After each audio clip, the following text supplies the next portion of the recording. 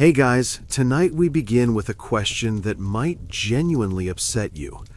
What if I told you that one of the most infamous torture devices in human history, the one that haunts every Halloween decoration, appears in every medieval horror movie, and sits prominently in torture museums from Prague to Chicago, never actually existed?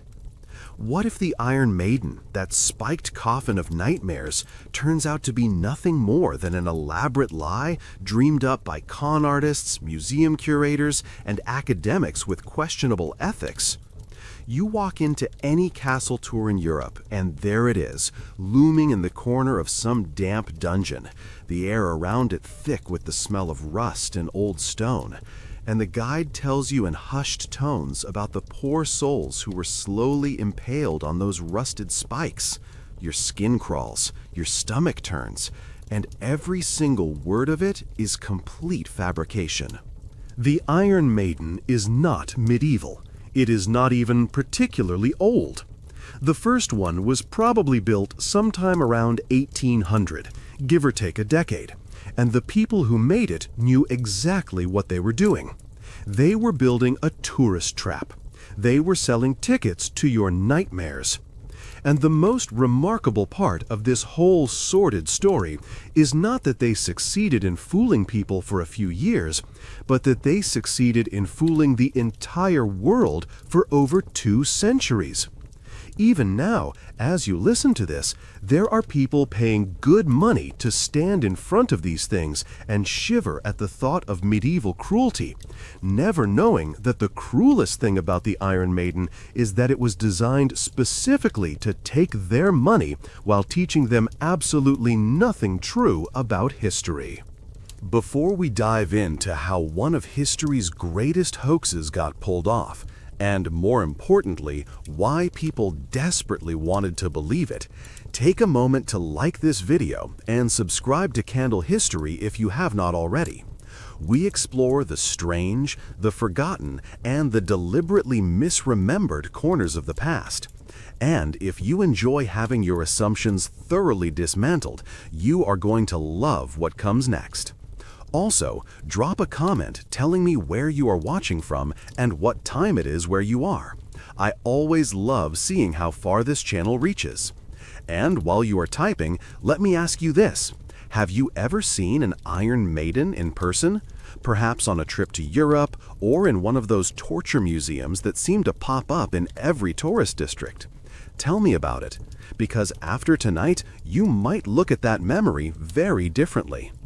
Now settle in, turn down the lights, maybe light a candle if you are feeling atmospheric, and let me tell you about the greatest show in the history of deception. To understand how the Iron Maiden came to exist, we need to first understand the world that created it.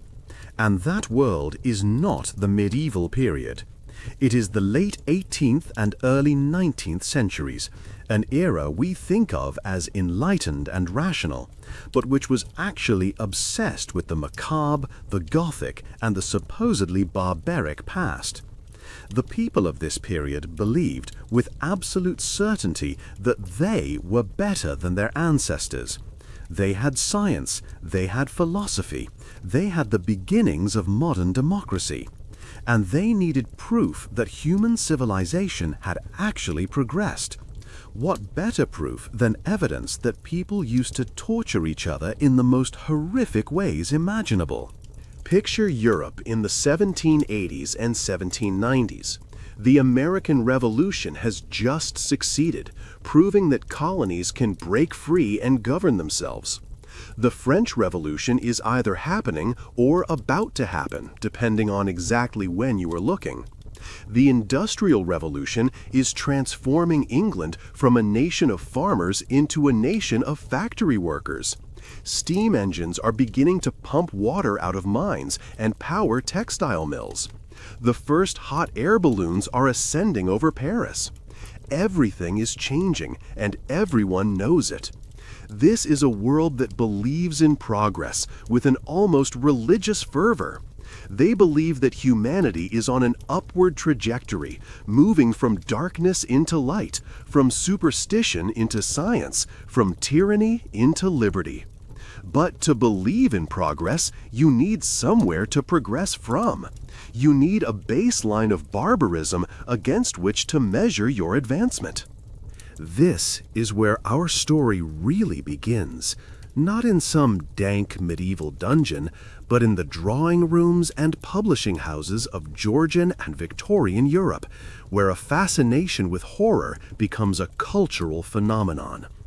The birth of this obsession can be traced to a very specific moment, Christmas Eve, 1764, when a peculiar English aristocrat named Horace Walpole publishes a novel called The Castle of Otranto. Walpole is not your typical author. He is the son of Robert Walpole, who is generally considered Britain's first prime minister, and he has inherited not just wealth, but also political connections and social standing. He serves in Parliament for decades, though he never particularly distinguishes himself there. His real passions are art, architecture, and writing letters. He is one of history's most prolific correspondents, writing over 4,000 letters that provide an intimate portrait of 18th century English society. But Walpole's most lasting contribution to culture is not his letters. It is his house. In 1747, he acquires a small villa in Twickenham, just outside London, and over the next several decades, he transforms it into a fake Gothic castle called Strawberry Hill House. He adds turrets, battlements, stained glass windows, and fan-vaulted ceilings. He fills it with medieval artifacts and curiosities. He essentially builds himself a theatrical set to live in, a physical manifestation of his romantic fantasies about the Middle Ages. The man is basically cosplaying as a medieval lord, decades before cosplay exists. He even opens the house to tourists, charging admission and providing printed tickets that grant access to the grounds. Strawberry Hill becomes one of the most famous houses in England, attracting visitors from across Europe who want to see this strange Gothic fantasy brought to life. And when Walpole writes his novel, he creates something entirely new, the Gothic horror story. The Castle of Otranto is wild.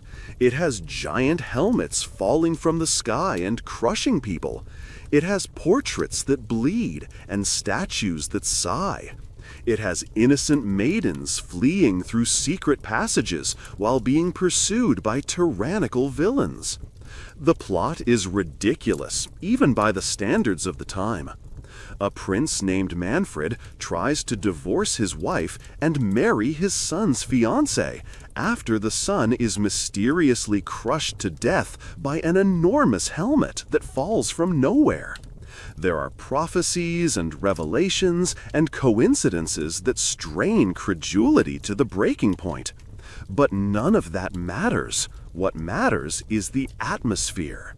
Walpole creates a world of shadows and secrets, of crumbling castles and ancient curses, of fear and dread, and the constant suggestion that something terrible is about to happen. Walpole initially publishes it as a supposed translation of an ancient Italian manuscript, claiming it was found in the library of an old Catholic family in northern England and dated back perhaps as far as the Crusades. This is a clever marketing ploy. By pretending the story is old, Walpole can include supernatural elements without being accused of superstition. After all, he is just translating what medieval people believed. When the book becomes a massive hit, he admits he made the whole thing up, and suddenly every writer in Europe wants to imitate him. Within a few decades, you get Anne Radcliffe's The Mysteries of Udolpho, Matthew Lewis's The Monk, and eventually Mary Shelley's Frankenstein and Bram Stoker's Dracula. The Gothic becomes a cultural juggernaut, and at the heart of it is always the same thing: crumbling castles, ancient evils, and the constant suggestion that the medieval past was a time of unspeakable horror. But novels were not the only way people consumed this Gothic fascination. They also wanted to see it. They wanted to visit it. And enterprising castle owners, museum curators, and outright con artists were only too happy to provide the experience. Across Europe, medieval sites that had been crumbling quietly for centuries suddenly find themselves with paying visitors demanding to see dungeons, torture chambers, and instruments of pain. And here is where the problem starts. Most of these sites do not actually have any torture devices. Medieval justice was brutal, certainly, but it was also practical. Torture was used to extract confessions before trial, not for elaborate theatrical cruelty. The actual methods were distressingly simple: thumb screws to crush fingers, stretching racks to pull joints apart, hot irons to brand or burn. None of them make for good visual displays. They are not photogenic, if you will pardon the anachronism. Consider what it was actually like to visit a castle in the late 1700s. You arrive by carriage after a long journey on rutted roads. You have read Gothic novels, and you have expectations. You want to see the real versions of the horrors you have been reading about. You want dungeons dripping with moisture, chains on the walls, and sinister devices of pain. Instead, the guide shows you some empty rooms with stone floors and small windows. Maybe there is a cell that held prisoners, but it is just a bare room with an iron door. Maybe there are some old chains, but they look exactly like the chains you have seen used to secure cargo. Where is the drama? Where is the horror? Where is the value for your admission fee? So, what do you do if you are a castle owner in 1790 and tourists are showing up expecting to see something spectacular, but all you have is a rusty thumbscrew and some old chains? You improvise, you create, you fabricate. And this is exactly what happens across Europe in the late 18th and early 19th centuries. Blacksmiths and craftsmen start producing medieval torture devices to order. Museums acquire these fresh from the forge antiques and display them as genuine medieval artifacts. And nobody questions it, because everybody wants it to be true. The Iron Maiden is simply the most successful, most enduring, and most iconic product of this industry of deception. The Iron Maiden's origin story centers on a German city that was practically designed to birth this kind of myth: Nuremberg. If you have never been there, picture this: a city still surrounded by its medieval walls, with watchtowers and gatehouses intact. Cobblestone streets wind between half-timbered houses with steep red roofs. The castle looms on a hill above the old town, and Gothic churches with elaborate stone carvings stand on nearly every corner. In the late 1700s, Nuremberg is already a popular tourist destination, famous for its medieval architecture, its history as a free imperial city of the Holy Roman Empire, and its association with the great artist Albrecht Dürer, whose house still stands and can be visited. Tourists come to walk its cobblestone streets and imagine what life was like in the Middle Ages. And the city's administrators and museum keepers are very keen to give them exactly what they want to see. The first known mention of an Iron Maiden being displayed comes from a guidebook printed in 1784, which describes it as an abominable work of horror that goes back to the times of Frederick Barbarossa.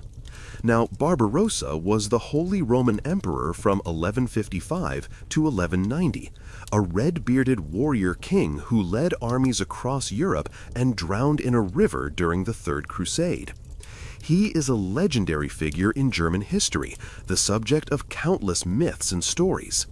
According to one famous legend, Barbarossa never really died, but sleeps under a mountain, waiting to return when Germany needs him. To associate the Iron Maiden with Barbarossa is to give it impeccable medieval credentials. But here is the problem.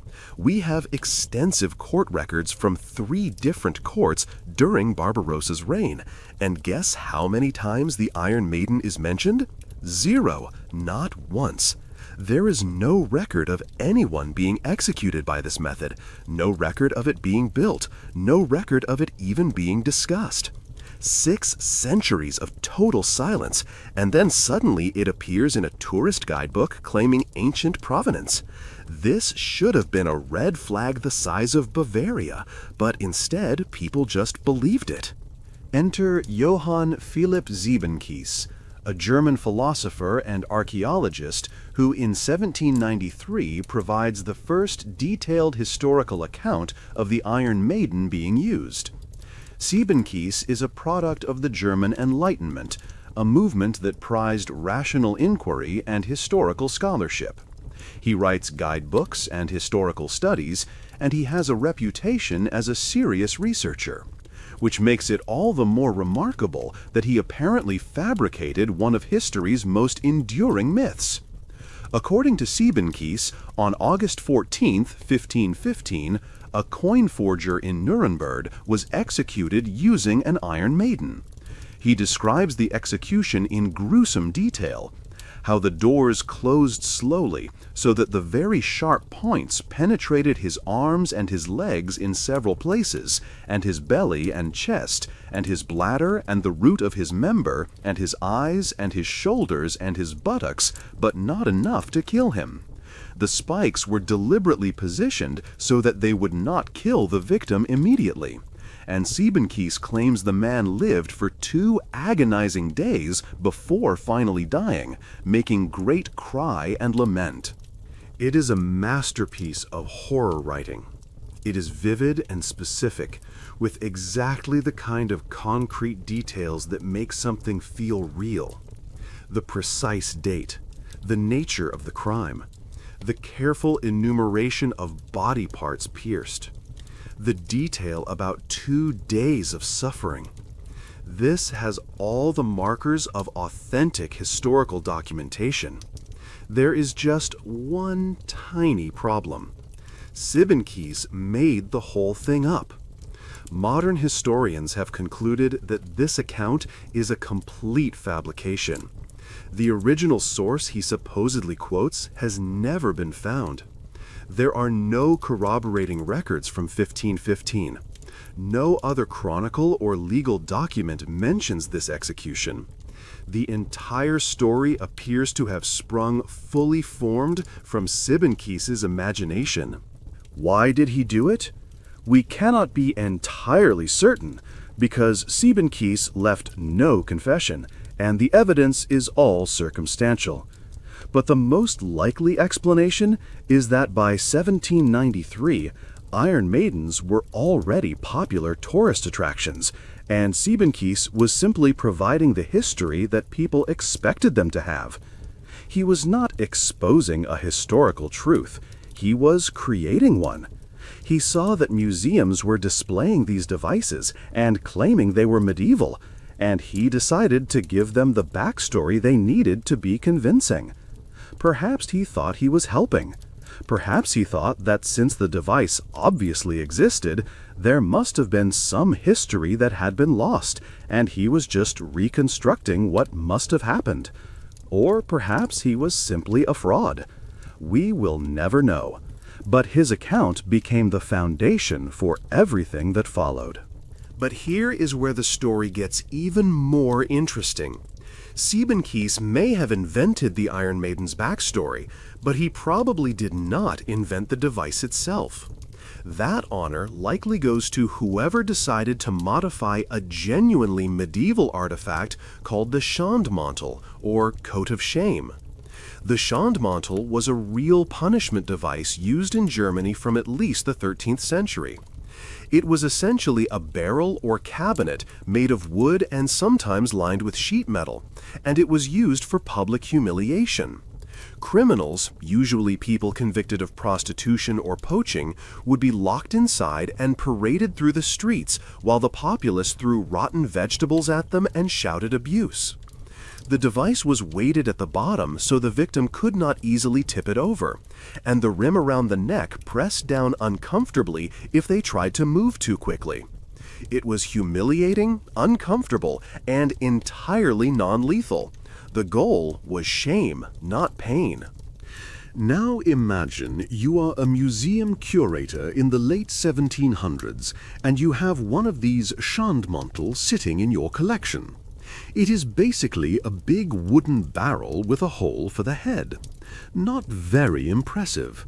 Not very Gothic. Certainly not going to compete with the torture chambers that tourists are reading about in their novels. Visitors expect to see something like the torments described in The Castle of Otranto or The Mysteries of Udolpho, and you are showing them a wooden barrel that was used to embarrass poachers. But what if you added some spikes to the inside? What if you shaped it more like a coffin, gave it a face, maybe even styled it to look like the Virgin Mary as a dark joke about Catholic justice? Suddenly, you have something truly nightmarish, something that will make visitors gasp and pay for the privilege. This appears to be exactly what happened in Nuremberg and other cities across Europe. Real artifacts were modified, combined, and reimagined to create the spectacular horror shows that tourists demanded. Wolfgang Schild, a professor of criminal law history, and philosophy of law at Bielefeld University, has studied these devices extensively over many decades. His research has been instrumental in debunking the Iron Maiden myth. Schild argues that so-called Iron Maidens were pieced together from artifacts found in museums specifically to create spectacular objects intended for commercial exhibition. They were never used for torture because they were never designed for torture. They were designed for tourism. Think about that for a moment. The Iron Maiden, that symbol of medieval barbarity, was created by modern people to make money from other modern people who wanted to believe that their ancestors were barbaric.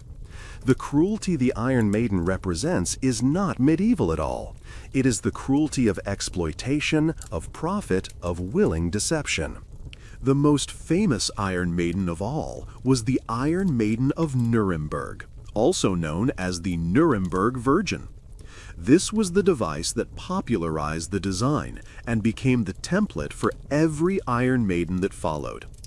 It was first displayed sometime around 1802, and it quickly became the star attraction of Nuremberg's collection of medieval curiosities. The original device was destroyed in Allied bombing during World War II, in 1944 or 1945, depending on the source.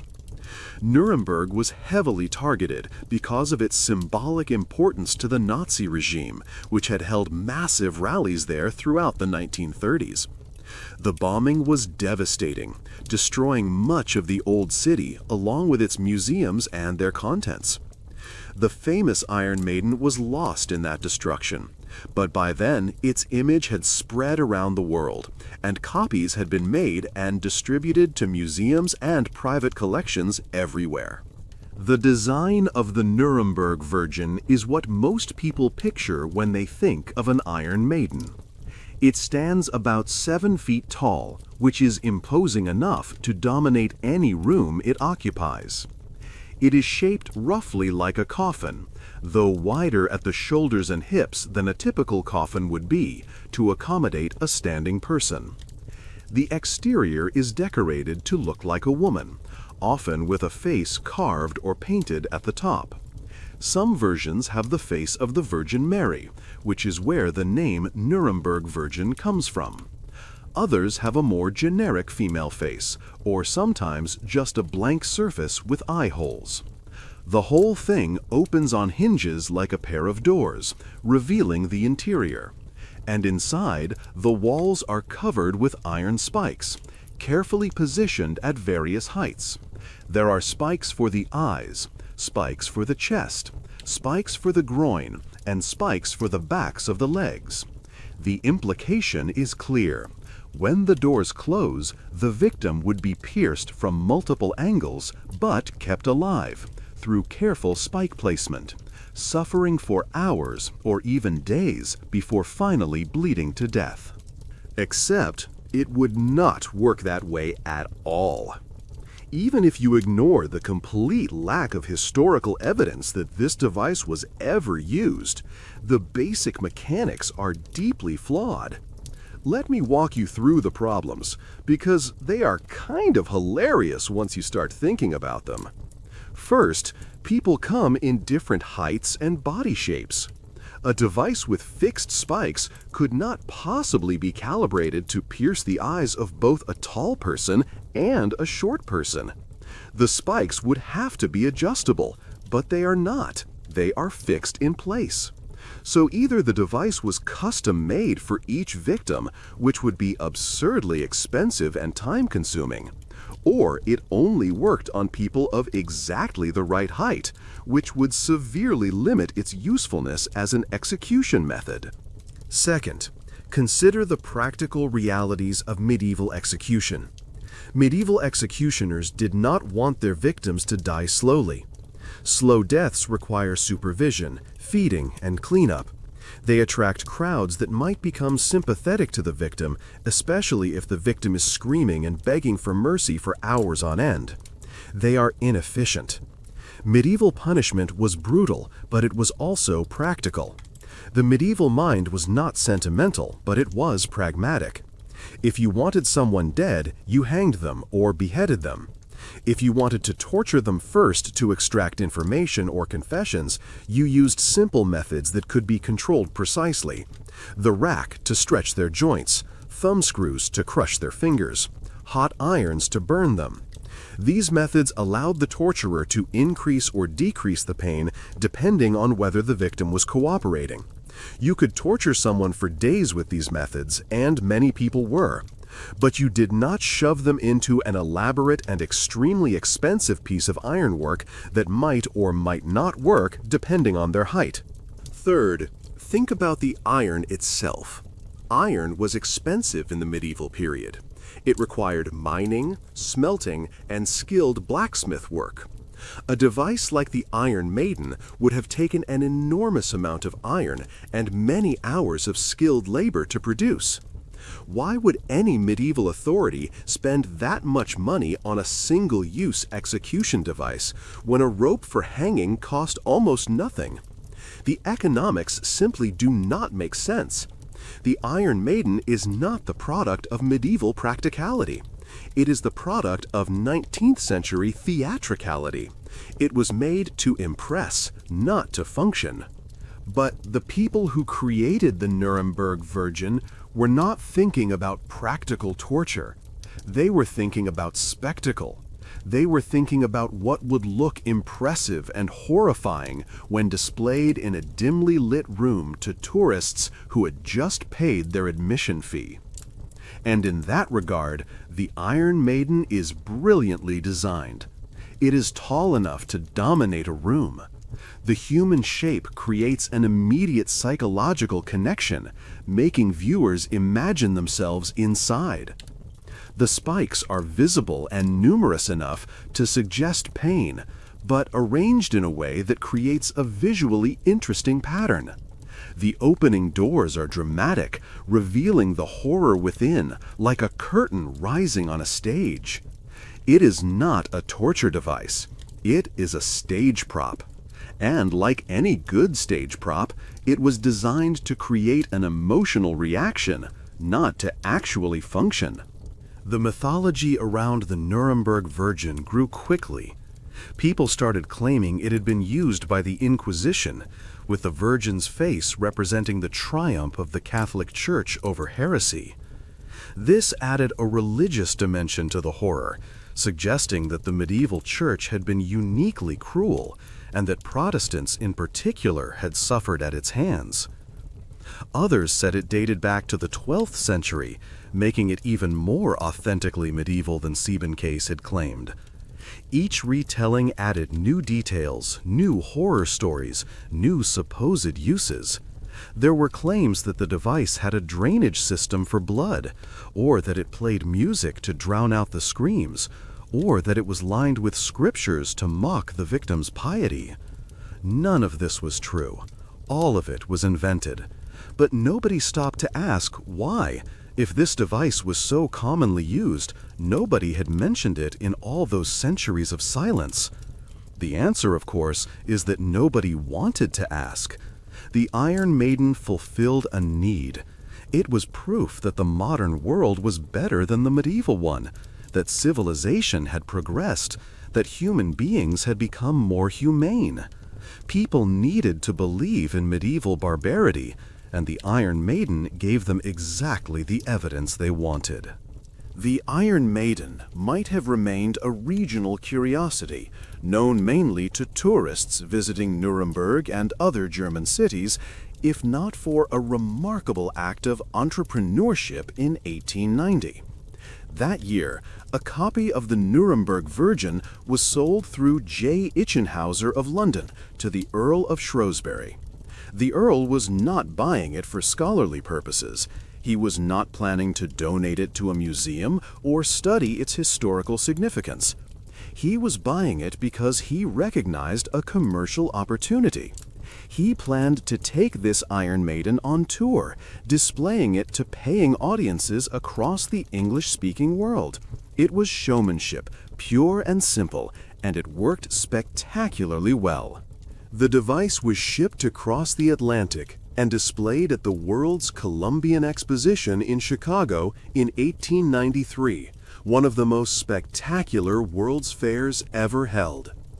To understand the impact of the World's Columbian Exposition, you need to understand how important World's Fairs were in the 19th century.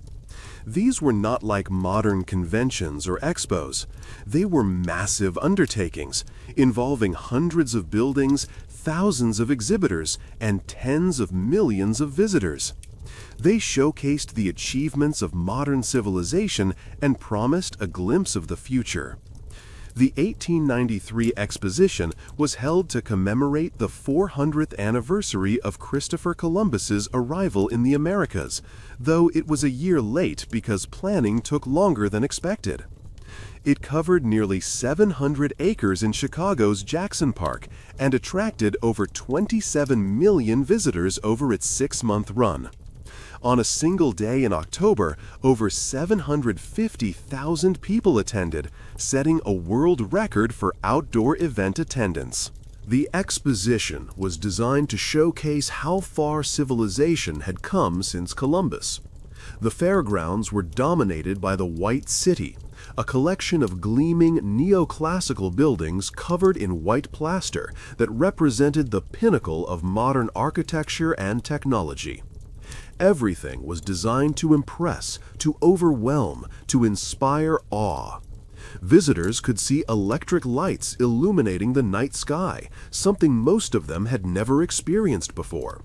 They could ride the first Ferris wheel, a 260-foot engineering marvel designed to rival the Eiffel Tower that had been built for the Paris Exposition 4 years earlier. They could see moving pictures in Edison's kinetoscope, the precursor to movies. They could experience the electric scenic theater, the first electric chair demonstration, electric irons and sewing machines and laundry machines, an early fax machine that could send pictures over telegraph lines.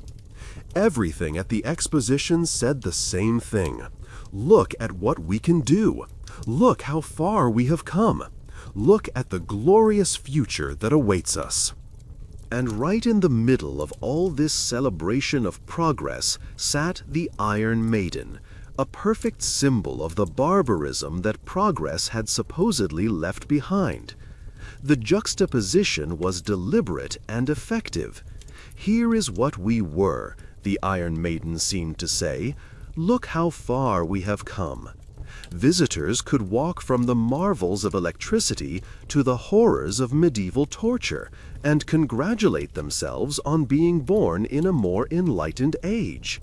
They could look at those rusted spikes and think about how grateful they should be for modern civilization, for science and technology and democratic government. What they did not know, and what the Earl of Shrewsbury certainly was not telling them, was that the Iron Maiden was itself a product of that supposedly enlightened age. It was not medieval at all. It was barely a century old. The symbol of ancient barbarism was actually a modern fabrication, and the people gasping at it were being deceived just as thoroughly as any medieval peasant supposedly was by superstitious clergy. After Chicago, the Earl took his Iron Maiden on an American tour, bringing medieval horror to cities across the United States. Americans were eager audiences. They had their own Gothic tradition by then, with writers like Edgar Allan Poe and Nathaniel Hawthorne exploring themes of guilt, terror, and the haunted past. They were also very interested in European history and culture, seeing themselves as the inheritors and improvers of European civilization. The Iron Maiden confirmed their belief that they had left the old world's barbarism behind and built something better in the new world. It became one of the most famous artifacts in the country, and copies of it began appearing in museums everywhere. The original tour device was auctioned in the early 1960s and is now on display at the Medieval Crime Museum in Rothenburg ob der Tauber, Germany. This is somewhat ironic, given that it was made, at least in part, to fool Americans into thinking they were seeing something authentically German. But by then, the Iron Maiden had achieved something remarkable. It had become so famous, so ubiquitous, that its authenticity hardly mattered anymore. People expected to see an Iron Maiden when they visited a torture museum or a medieval castle. It had become part of the cultural furniture. To not have an Iron Maiden would have seemed like an oversight, like a natural history museum without a dinosaur skeleton. The fake had become the standard by which authenticity was judged. The 19th century saw the creation of many such devices. British blacksmiths did a booming business producing medieval torture instruments for museums and private collectors. Items like chastity belts, pairs of anguish, and breast rippers were manufactured and then presented as genuine medieval artifacts. Most of them have the same problem as the Iron Maiden: no evidence of actual use before the modern period. The chastity belt, for example, first appears in art as a joke in the 15th century, a satirical image showing a husband locking up his wife while she is already handing the key to her lover. It was never a serious device. The earliest physical examples are from the Renaissance or later, and most of those are probably fakes too. The pair of anguish, supposedly inserted into body orifices and then expanded by turning a screw, was probably a shoe expander or a sock stretcher. The breast ripper is documented in exactly one place, a 19th century illustration with no primary source behind it. These devices fulfilled the same cultural need as the Iron Maiden. They confirmed the narrative that the past was barbaric and the present was civilized. This narrative was not just about self-congratulation. It also served political purposes. 19th century Europeans were engaged in colonizing much of the rest of the world, and one of the justifications for colonization was the supposed superiority of European civilization. If Europeans had progressed from the horrors of the Iron Maiden to the enlightenment of the present, then surely they had a duty to bring that progress to the supposedly less civilized peoples they were colonizing. This was the era of the white man's burden, the idea that European imperial powers had an obligation to rule over and civilize non-European peoples. The mythology of medieval torture was part of a larger mythology of progress and superiority that justified empire. The Iron Maiden was not just entertainment, it was ideology. The Victorian era, in particular, was obsessed with this kind of dark entertainment. This was the age that created the modern concept of the freak show, the penny dreadful, the sensation novel, and the true crime story. Queen Victoria's subjects had a voracious appetite for horror, as long as it was safely contained within entertainment. Madame Tussauds Wax Museum in London featured a chamber of horrors, displaying murderers, victims, and death masks. Visitors could see the actual blade that guillotined Marie Antoinette, along with wax replicas of her severed head and those of other famous execution victims. Phantasmagoria shows used magic lanterns to project ghostly images on smoke, creating the illusion of spirits appearing and disappearing in the darkness. Sensation novels filled with murder, bigamy, and madness became bestsellers. And torture museums offered the thrill of imagining yourself in the worst possible situations without any actual danger. The Iron Maiden was perfectly designed for this market. It was horror you could look at and then walk away from. Titillation disguised as education. Now, you might be thinking that even if the Iron Maiden itself is fake, surely the idea must have come from somewhere. Surely there is some kernel of historical truth buried underneath all these layers of deception. And you would be partially right. The concept of a spiked container as a torture device does appear in ancient texts, though these accounts are themselves questionable and were almost certainly exaggerated or invented for propaganda purposes. But they exist, and they may have provided the inspiration for the 19th century forgers who created the first Iron Maidens. The most famous of these ancient accounts comes from Saint Augustine of Hippo, one of the most important theologians in Christian history. Augustine was born in North Africa in 354 CE and became the bishop of Hippo in what is now Algeria. He was a prolific writer whose works on original sin, free will, and the nature of God shaped Christian theology for over 1,000 years. In his 5th century work, City of God, Augustine describes the torture of Marcus Attilius Regulus, a Roman general who was captured by the Carthaginians during the First Punic War around 250 BCE. According to Augustine, Regulus was a hero of Roman virtue. He was captured by Carthage and sent to Rome on parole to negotiate either a peace treaty or an exchange of prisoners. When he arrived in Rome, he supposedly told the Senate to reject the Carthaginian proposals, even though doing so meant he would have to return to Carthage and face certain death. He kept his word and went back to his captors, who promptly tortured him to death. Augustine writes that the Carthaginians shut Regulus in a narrow box, in which he was compelled to stand, and in which finely sharpened nails were fixed all round about him, so that he could not lean upon any part of it without intense pain.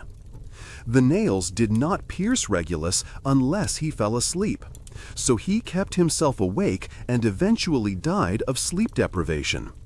It was a death that emphasized both his fortitude and the cruelty of his enemies.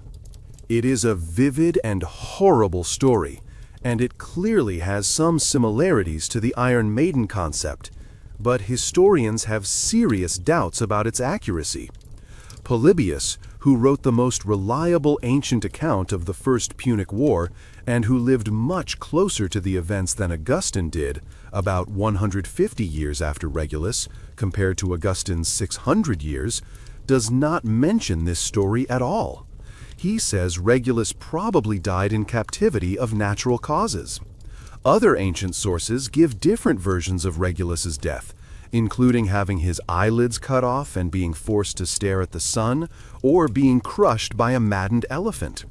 The multiplicity of accounts suggests that nobody actually knew how Regulus died, and the various stories were invented to vilify the Carthaginians, whom Rome eventually destroyed in 146 BCE. The spiked box story might be propaganda, not history, designed to justify Roman aggression by portraying their enemies as monsters. Another ancient account that may have inspired the Iron Maiden comes from the Greek historian Polybius himself, writing about a different subject. He describes a device called the Apega of Nabis. Nabis was a tyrant who ruled Sparta from 207 to 192 BCE, and according to Polybius, he had constructed a kind of machine which was the figure of a woman clothed in costly garments and made to resemble, with extraordinary fidelity, the wife of Nabis. When citizens refused to pay their taxes, Nabis would invite them to embrace his wife, and they would be shown to this mechanical replica. When the man offered her his hand, Polybius writes, he made the woman rise from her chair and, taking her in his arms, drew her gradually to his bosom. When they hugged the figure, it would close its arms around them, and hidden iron nails in the arms and breasts would pierce their flesh. Nabis would operate the device through hidden controls until the victim agreed to pay or died. The Apega of Nabis is remarkable because it is essentially an Iron Maiden in female form with a mechanical embrace instead of closing doors. The concept is almost identical, a human-shaped container with hidden spikes that pierce the victim. But modern scholars have suggested that this story too is probably allegorical rather than historical. Polybius wrote decades after Nabis's death and was deeply hostile to him.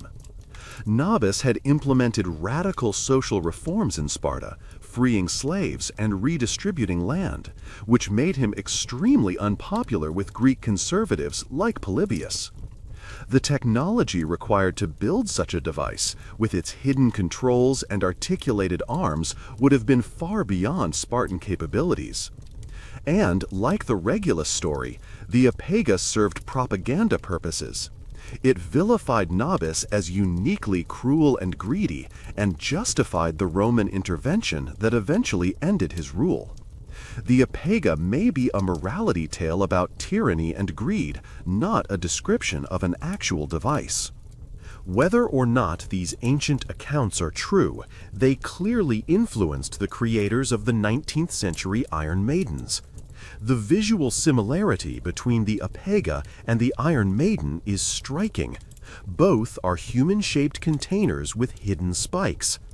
And the Regulus story provides a precedent for death by prolonged impalement. The forgers who built the first Iron Maidens may well have read these ancient texts, which were well known to educated Europeans, and decided to create physical versions of what they described.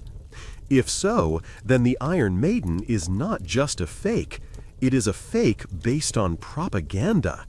It is a lie built on top of another lie, with the whole structure held together by humanity's eagerness to believe the worst about itself. The scholarly consensus on the Iron Maiden has been settled for decades now.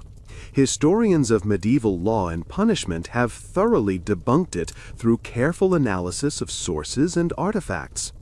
Wolfgang Schild's work at Bielefeld University has been particularly influential, demonstrating through detailed examination of court records, legal codes, and physical objects that there is no evidence of Iron Maidens before the 19th century. Peter Konieczny, the editor of Medieval Warfare magazine, has written extensively about how medieval torture devices have been mythologized and exaggerated, pointing out that many of the devices displayed in museums today were either never used in the medieval period or were fabricated entirely. Stephen Bull at National Museums Liverpool has examined torture devices in museum collections and found that many are either modern reproductions or have been heavily modified to make them more impressive. The academic world knows the Iron Maiden is fake. The question is why nobody else seems to know. Part of the answer is that the Iron Maiden is simply too good a story to give up. It is visually striking, narratively powerful, and emotionally satisfying. It confirms what people want to believe about the past. Debunking it feels like taking away something valuable, even though what it is replacing is the truth. Museum curators know this, tour guides know this. Even the historians who have done the debunking acknowledge that they are fighting against powerful cultural forces. As Konieczny puts it, it is so much easier to pick on people who have been dead for 500 years. We want the past to be worse than the present because it makes us feel good about ourselves. It confirms our belief in progress. It justifies our present. Another part of the answer is that there is money in the myth. Torture museums are big business. There are torture museums in Prague, Amsterdam, San Gimignano, Chicago, St. Augustine, Los Angeles, and dozens of other cities around the world. They charge admission and sell merchandise and attract visitors by the thousands. These museums display Iron Maidens prominently because Iron Maidens are what people come to see. Some of these museums are honest about the disputed history of their artifacts, including disclaimers that note many devices are modern reproductions or have questionable provenance. But many are not. They present their displays as authentic medieval torture devices because that is what sells tickets. The Iron Maiden is not just a historical myth, it is an ongoing commercial enterprise. The cultural saturation of the Iron Maiden is also remarkable. It appears in movies, television shows, video games, and heavy metal band names. The British band Iron Maiden, formed in 1975, took their name from the torture device and use an image of it in their logo. They are one of the most successful heavy metal bands of all time, with over 100 million albums sold worldwide, and their name has kept the concept of the Iron Maiden in public consciousness for nearly 50 years. The device is referenced in idioms and metaphors. It is Halloween decoration and history textbook illustration. When something becomes that deeply embedded in a culture, it becomes very difficult to dislodge, even with evidence. People have seen Iron Maidens their whole lives. They have a clear mental image of what one looks like. Telling them it is fake is like telling them that something they remember from childhood never happened. It creates cognitive dissonance, and most people would rather maintain their existing beliefs than accept new information that contradicts them. What does it say about us that we invented the Iron Maiden? Not about the medieval people we falsely accused of using it, but about us, the supposedly enlightened modern people who created it and believed in it for over 200 years? I think it says that we have always needed monsters, and when we cannot find real ones, we invent them. The medieval past became our monster. We attributed to it all the cruelty and barbarism that we did not want to acknowledge in ourselves. We made it a mirror that showed only darkness, so that when we looked away from it, we could believe we were standing in the light. But history does not work that way. The past is not a repository for all our sins. Medieval people were not fundamentally different from us. They loved and feared and hoped and suffered just as we do. They were capable of great cruelty, certainly, but they were also capable of great kindness, great art, great thought. The actual medieval period gave us universities and cathedrals and parliamentary government and the concept of individual rights. It gave us Dante and Chaucer and Aquinas. It preserved the knowledge of the classical world and passed it on to us. It was not a Dark Age. That term itself is a Renaissance invention, coined by the scholar Petrarch in the 14th century, who wanted to believe that he and his contemporaries had brought about a rebirth of civilization after centuries of decline.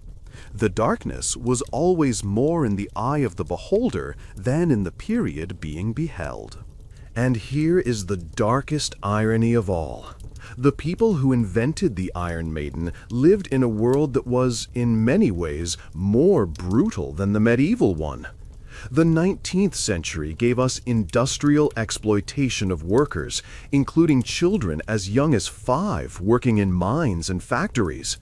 It gave us colonial genocides in Africa, Asia, Australia, and the Americas. It gave us the transatlantic slave trade at its height, with millions of human beings transported in chains to work and die on plantations. It gave us punishments like the treadmill and the crank and solitary confinement that would have horrified any medieval jurist. The people who built fake Iron Maidens to prove medieval barbarism lived in a world where you could be transported to Australia for stealing bread, where factory workers lost limbs to unguarded machinery every day, where children died in chimney flues and cotton mills. But they did not build torture museums about themselves. They did not create spectacular devices to represent their own cruelty. The Iron Maiden was always about somewhere else, somewhen else, someone else. It was a way of externalizing evil so they did not have to see it in the mirror. We have covered a lot of ground tonight. We have seen how the Gothic literary movement created an appetite for medieval horror, how enterprising forgers satisfied that appetite with devices like the Iron Maiden, how one German philosopher created a fake history that people still believe today, and how the whole deception was rolled out to the American public at the 1893 World's Fair. We have seen the ancient precursors that may have inspired the forgers, and we have started to understand why this myth has been so remarkably durable. But we have not yet finished the story, not even close. In Part 2, we will go deeper. We will explore the other fake torture devices that were created alongside the Iron Maiden and examine the entire industry of deception that flourished in the 19th century. We will look at how museums today perpetuate these myths and why even reputable institutions sometimes struggle to tell the truth about their collections. We will examine the real medieval justice system, which was harsh but logical, and see how it differs from the Gothic fantasy we have constructed. We will trace the Iron Maiden through popular culture, from horror movies to heavy metal to video games, and see how it has shaped our entire conception of the Middle Ages. And we will confront a disturbing modern chapter of this story. Because the Iron Maiden, despite being fake, has apparently inspired real torture. In 2003, Time magazine reported the discovery of an Iron Maiden at the Iraqi National Olympic Committee compound in Baghdad. This device reportedly belonged to Uday Hussein, the son of Saddam Hussein, who was head of Iraq's Olympic Committee and Football Federation. Uday was notorious for torturing athletes who underperformed. The Iron Maiden found in his compound was described as clearly worn from use, with the nails having lost some of their sharpness. If this account is true, then the Iron Maiden has completed a terrible journey from fabricated past to horrifying present. A fake medieval torture device invented to make money from tourists may have become a template for actual modern atrocity. That is a story we need to understand, and we will explore it fully in Part 2. For now, I want you to sit with what you have learned tonight. The Iron Maiden is a lie. It has always been a lie. It was created to exploit your fascination with horror and your need to believe that the past was worse than the present. Every time you have seen one in a museum, every time you have watched one in a movie, every time you have read about one in a book, you were being deceived. But the truth is more interesting than the lie, because the truth tells us something real about human nature. We do not need to invent monsters to find darkness. We have plenty of our own. Join me in Part 2, where we continue to expose the most successful showpiece myth in history. When we left off, we had just exposed one of history's most successful scams. The Iron Maiden, that iconic torture device bristling with spikes, sitting in museum basements and Hollywood horror films, never actually existed in the Middle Ages. It was invented by showmen, antiquarians, and Romantic-era dreamers who desperately wanted the past to be more barbaric than it actually was. We traced the first written accounts to the late 18th century, centuries after the supposed medieval heyday of torture. We watched as entrepreneurs like Johann Philipp Siebenkees spun elaborate fictions about executions that never happened, complete with dates, names, and details convincing enough to fool generations of historians. And we examined the very first Iron Maiden ever displayed to the public in Nuremberg in 1802, a contraption assembled from unrelated medieval artifacts, none of which had ever been used together, none of which had ever killed anyone. But that was just the opening act. The real story, the one that reveals how deeply we crave darkness in our history, unfolds across the 19th century. Because once that first Iron Maiden appeared in Nuremberg, the idea didn't die. It spread. It mutated. It became a cultural obsession that spawned dozens of imitations, traveling exhibitions, and academic debates that somehow missed the obvious question: where's the actual evidence? Tonight, we follow the Iron Maiden as it conquers Europe and America, examine the real people who built, sold, and collected these fraudulent devices, and ask why the myth persisted even when experts knew better. The answer tells us more about ourselves than any genuine torture device ever could. To understand why the Iron Maiden captured the 19th century imagination, you have to understand Romanticism. Not the chocolates and roses kind, but the capital R intellectual movement that swept through Europe between 1800 and 1850. Romanticism was a rebellion against the Enlightenment, against reason, against the cold rationality of the scientific revolution. Where the Enlightenment said humanity progresses through logic, Romanticism countered that we progress through emotion, through passion, through connection to nature and the mysterious past. The Romantics didn't want a history that made sense. They wanted a history that made them feel something. And nothing made them feel quite like the Middle Ages. To a romantic poet or artist, the medieval period wasn't a time of plague, illiteracy, and feudal oppression. It was a time of knights and honor, cathedrals and faith, passion uncorrupted by industrial machinery. German Romantics especially idealized the medieval period as the birthplace of their national identity, a pure Teutonic past before foreign influences diluted the culture. Philosophers like Johann Gottfried Herder argued that every nation had a Volksgeist, a folk spirit, and that Germany's spirit lived in medieval castles, Gothic churches, and ancient traditions. The past wasn't something to overcome, it was something to resurrect. This resurrection took many forms. The Brothers Grimm traveled through German villages collecting folk tales, convinced they were preserving authentic medieval wisdom. Their stories of witches, wolves, and enchanted forests weren't just entertainment. They were acts of cultural archaeology, attempts to recover a vanishing world before modernity erased it completely.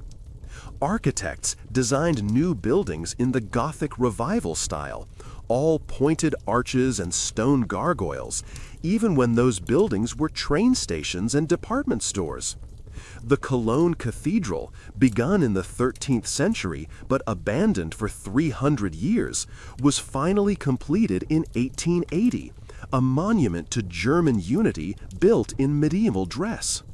Composers like Richard Wagner wrote operas about Germanic legends, filling stages with Valkyries and dragon-slaying heroes. His Ring Cycle, which premiered in 1876, drew on Norse mythology to create a vision of ancient heroism that audiences found overwhelming. And collectors, wealthy aristocrats, and ambitious museum directors scoured Europe for medieval artifacts. They wanted swords, armor, manuscripts, and, yes, torture devices. Because nothing said authentic medieval experience quite like instruments of pain. The problem was that authentic medieval torture devices were surprisingly hard to find. Real medieval justice, it turns out, wasn't nearly as creative as the Romantics wanted it to be.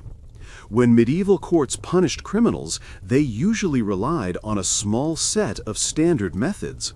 Hanging was the most common form of execution across Europe, applied to everyone from thieves to murderers. The process was grimly efficient: a cart, a rope, a crowd, and gravity. Beheading was reserved for nobility, a cleaner death that preserved social distinctions even in dying.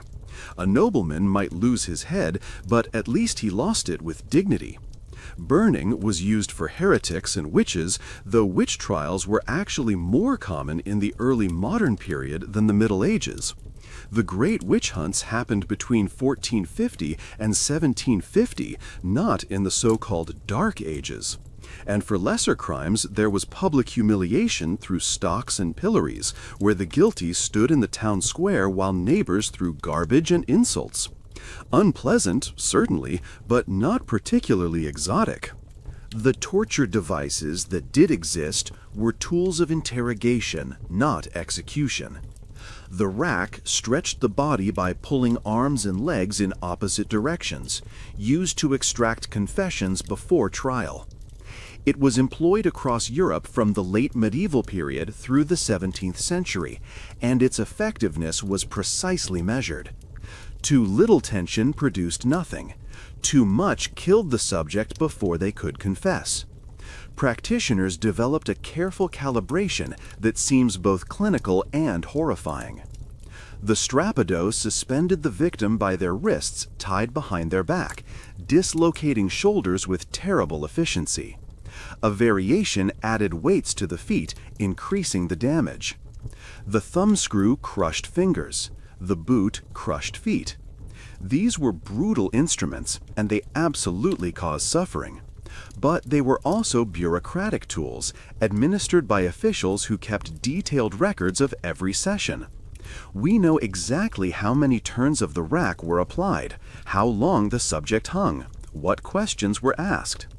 Medieval torture wasn't sadistic spectacle. It was legal procedure, regulated by courts, limited to specific crimes, and documented like any other government function. The torturer wasn't a hooded madman cackling in a dungeon. He was essentially a civil servant with a particularly unpleasant job description. This reality did not satisfy the romantic appetite. Where were the diabolical contraptions? Where were the devices that revealed medieval cruelty in all its imaginative glory? If authentic medieval dungeons couldn't provide them, then someone would have to create them. And this is where the Iron Maiden enters the picture. The device perfectly embodied what 19th century audiences believed the Middle Ages should have been. It was dramatic, enclosing the victim completely in a technological embrace of death. It was sadistic, with spikes positioned to pierce without immediately killing, prolonging suffering for hours or even days.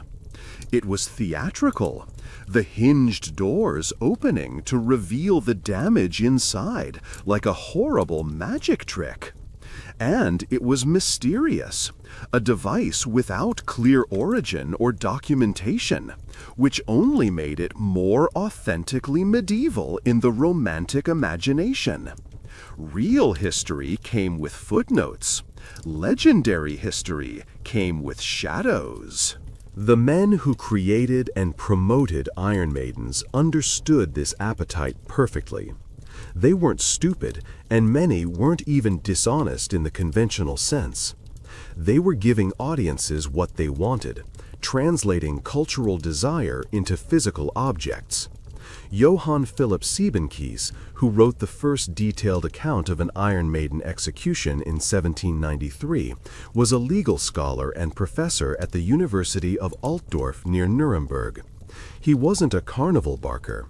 He was an educated man who believed, or at least wanted to believe, that the past contained wonders lost to modern rationality.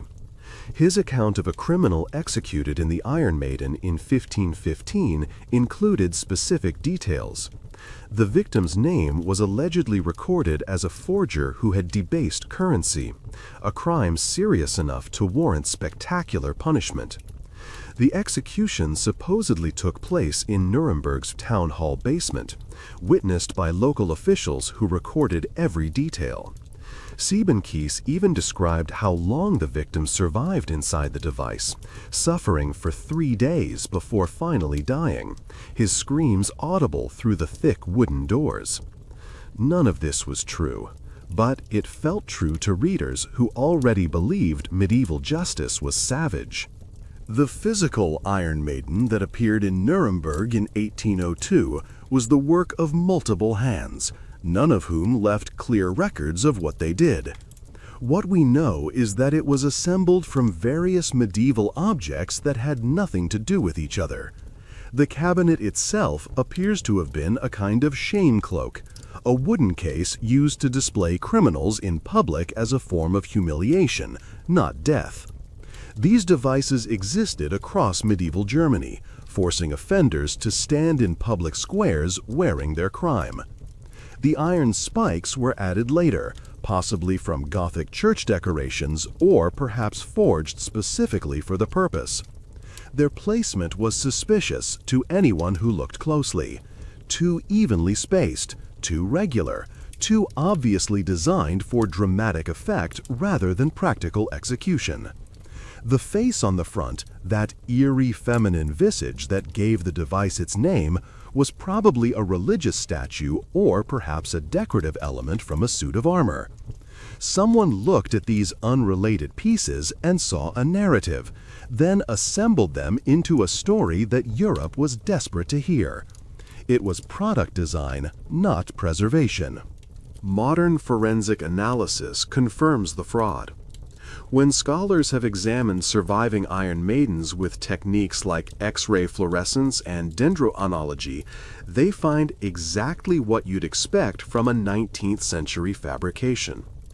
The wooden components often date from different centuries, sometimes 200 or 300 years apart, glued and nailed together by later hands.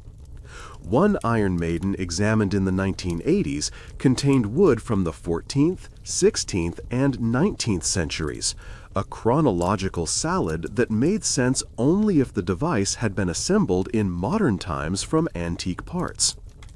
The metalwork shows manufacturing techniques that didn't exist in the Middle Ages, with machine-made screws and modern alloys.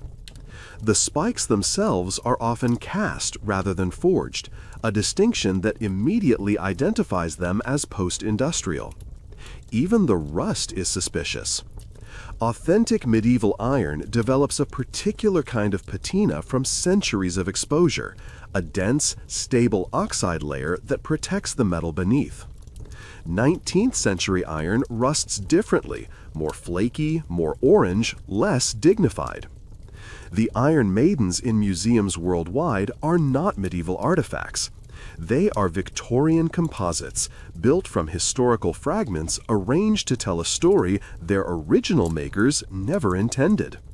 But here's the remarkable thing: people didn't care.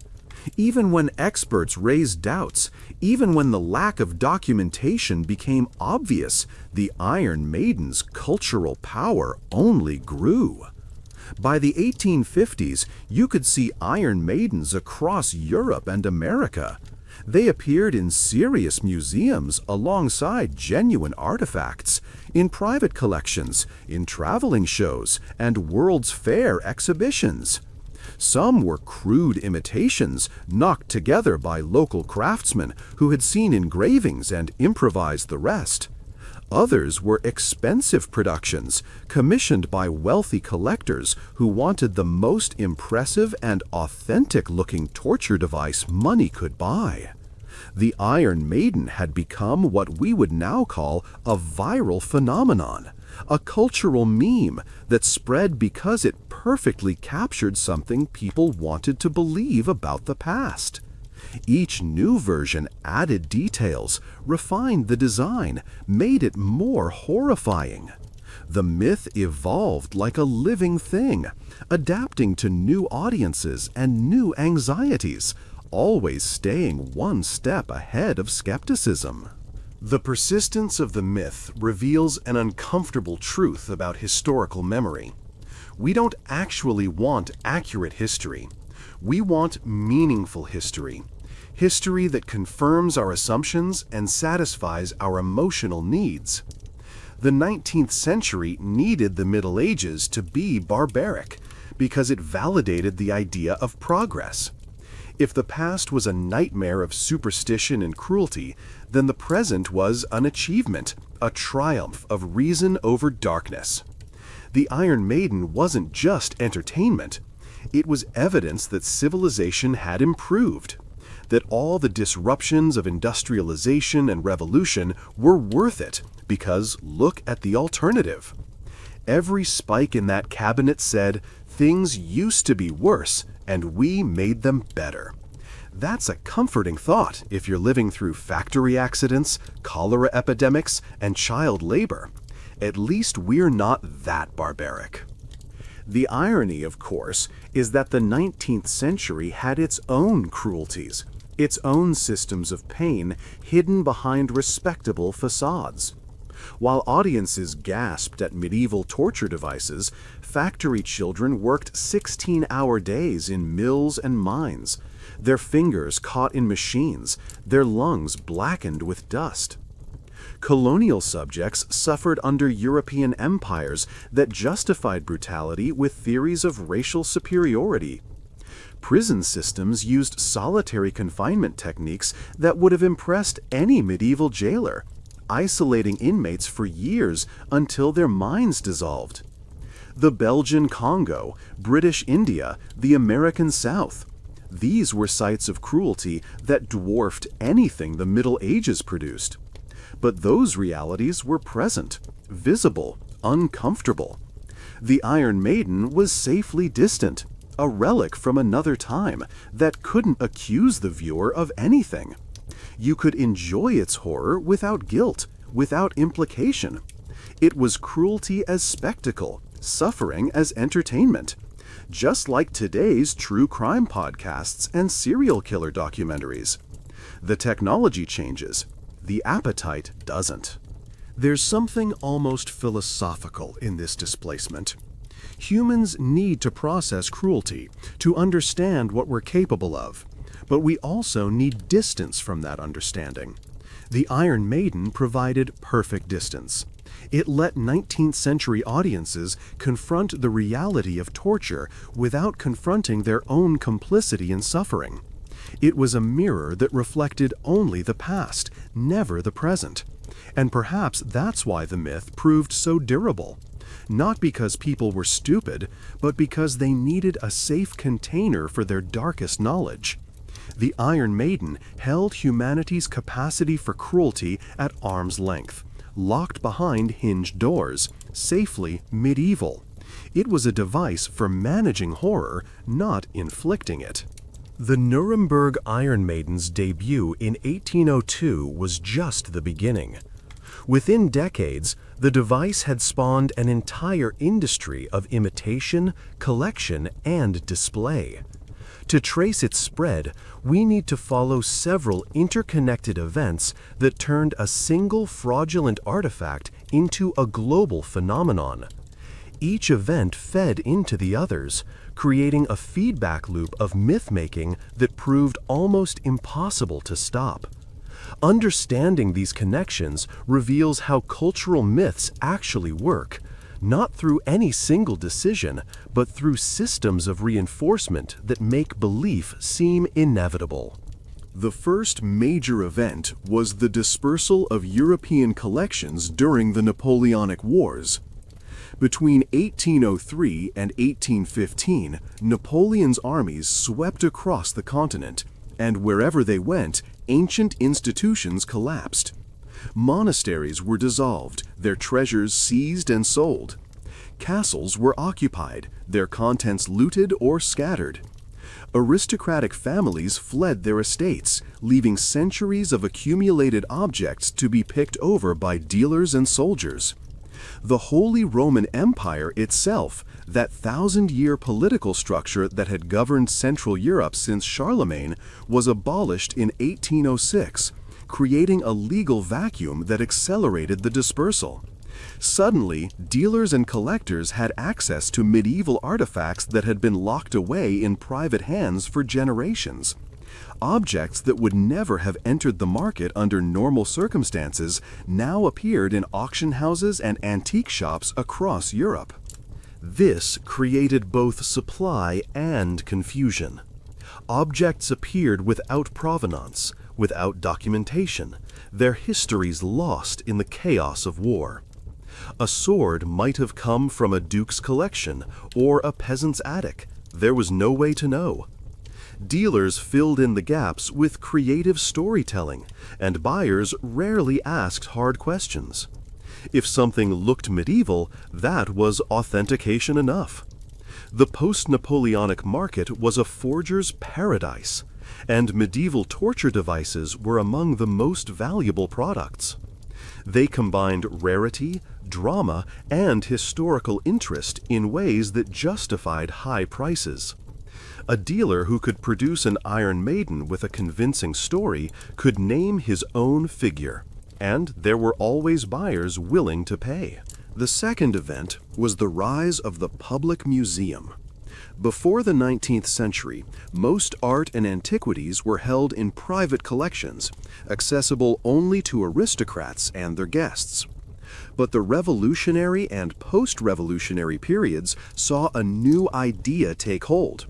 Cultural heritage belonged to the people and should be displayed for public education. This was radical. For centuries, owning beautiful and significant objects had been a mark of aristocratic privilege. Now that privilege was being democratized, or at least redistributed to state institutions.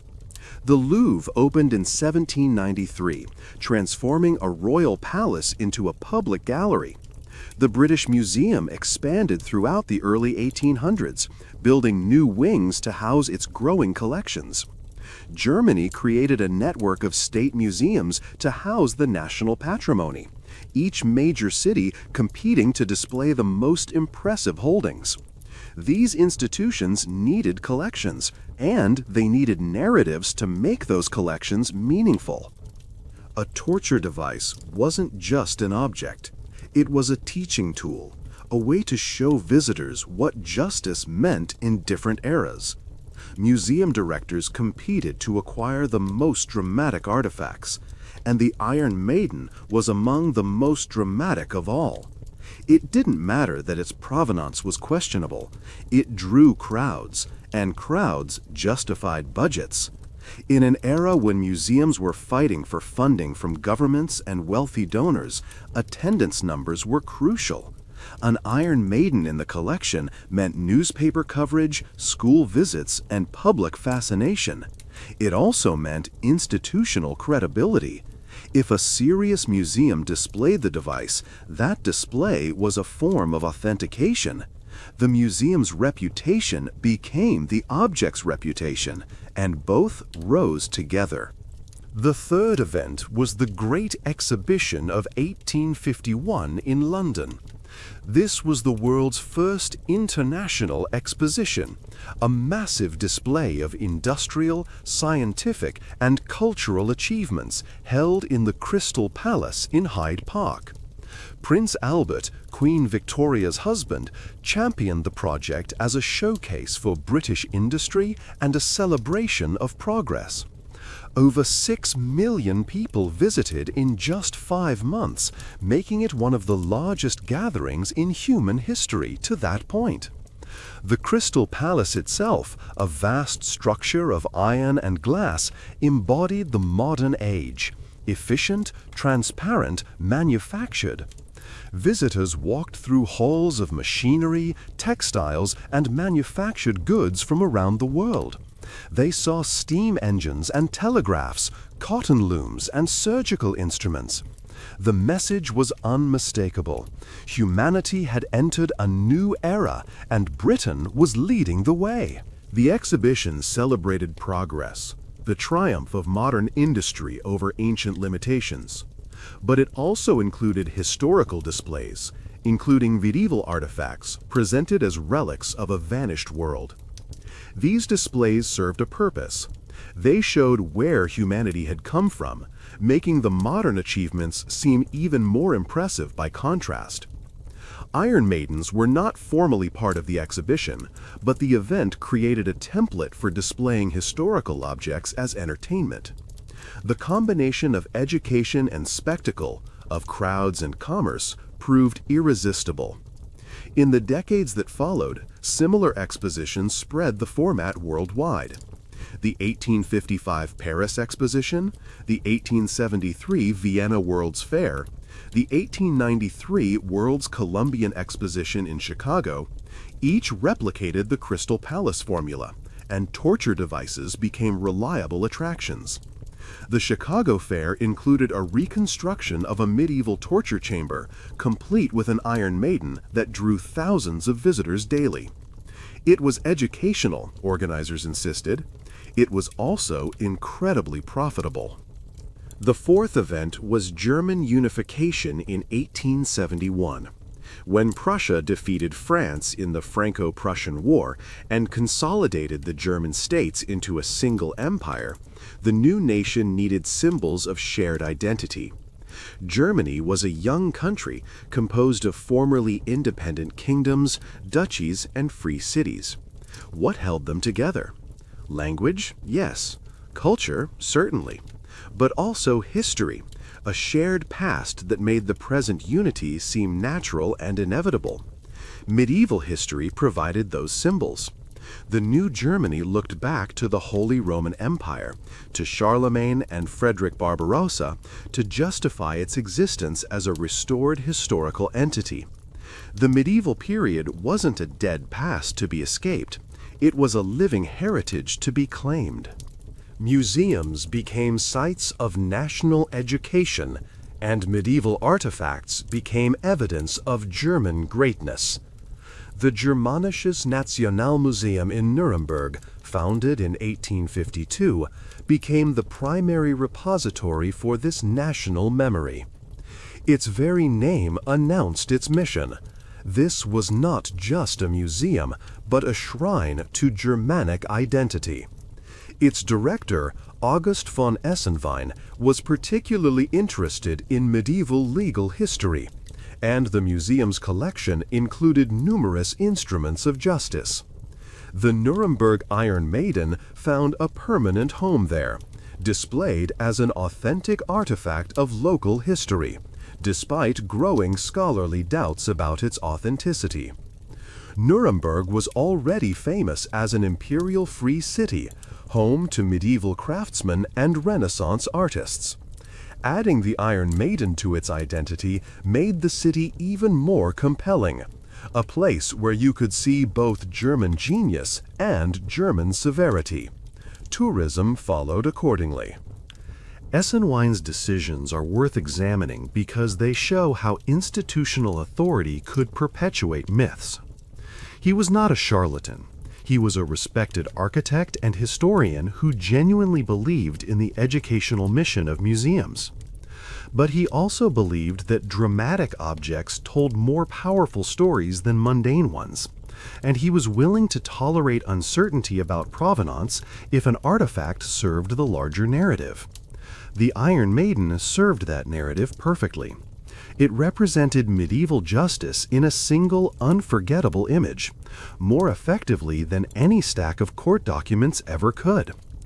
Essenwein positioned the Iron Maiden as a centerpiece of the museum's legal history section, surrounded by racks and wheels and other instruments that created an atmosphere of horror. Visitors emerged shaken, grateful for the present, and that was exactly the response Essenwein wanted. He wasn't lying to them, he was educating them through emotion rather than analysis, and he believed emotion was the more powerful teacher. Essenwein's institutional authority gave the Iron Maiden credibility it could never have earned on its own. When the Germanisches Nationalmuseum displayed an object, that display was a form of authentication. Scholars cited the museum's collection in their work. Dealers referenced it when selling similar items. The myth gained a pedigree, a respectable lineage that made doubters seem pedantic. Essenwein never explicitly claimed the Iron Maiden was genuine medieval, but he never explicitly denied it either. His silence was permission, and the myth grew in that permissive space. When he died in 1892, he left behind a museum that had become synonymous with medieval Germany, and an Iron Maiden that had become synonymous with medieval torture. The two identities fed each other. Questioning one meant questioning both. Meanwhile, in England, a parallel industry emerged around aristocratic collections. British nobles had been collecting medieval artifacts since the 18th century, displaying them in country houses as evidence of their ancient lineage. A suit of armor in the Great Hall said, "My family has been important for centuries." A sword above the fireplace said, "We have always been warriors." But the 19th century saw this hobby become an obsession. Men like Charles Talbot, the 16th Earl of Shrewsbury, transformed their estates into Gothic fantasies, building fake ruins and filling galleries with armor, weapons, and torture devices. Shrewsbury's collection at Alton Towers, his family seat in Staffordshire, was legendary among antiquaries and tourists.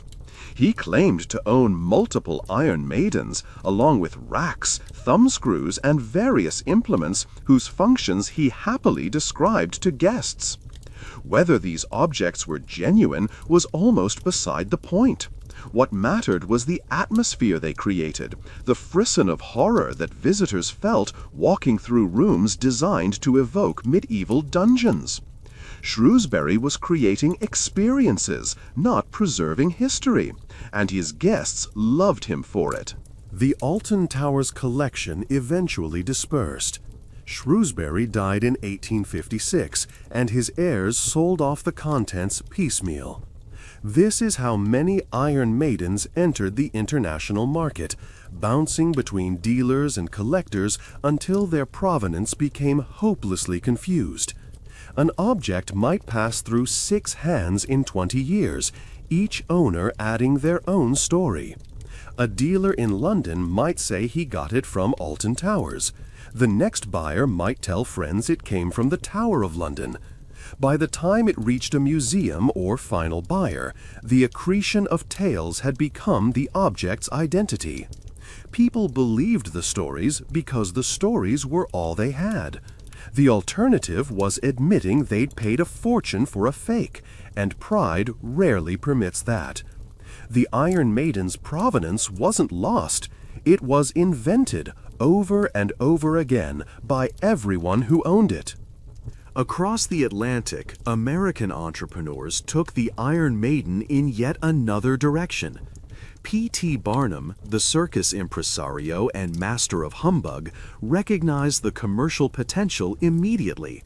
By the 1860s, he was displaying an Iron Maiden in his American Museum in New York City, promoting it as one of the genuine medieval curiosities in his vast collection. Barnum knew his audience. Americans in the Gilded Age were fascinated by Europe's ancient culture, but also relieved they'd escaped it.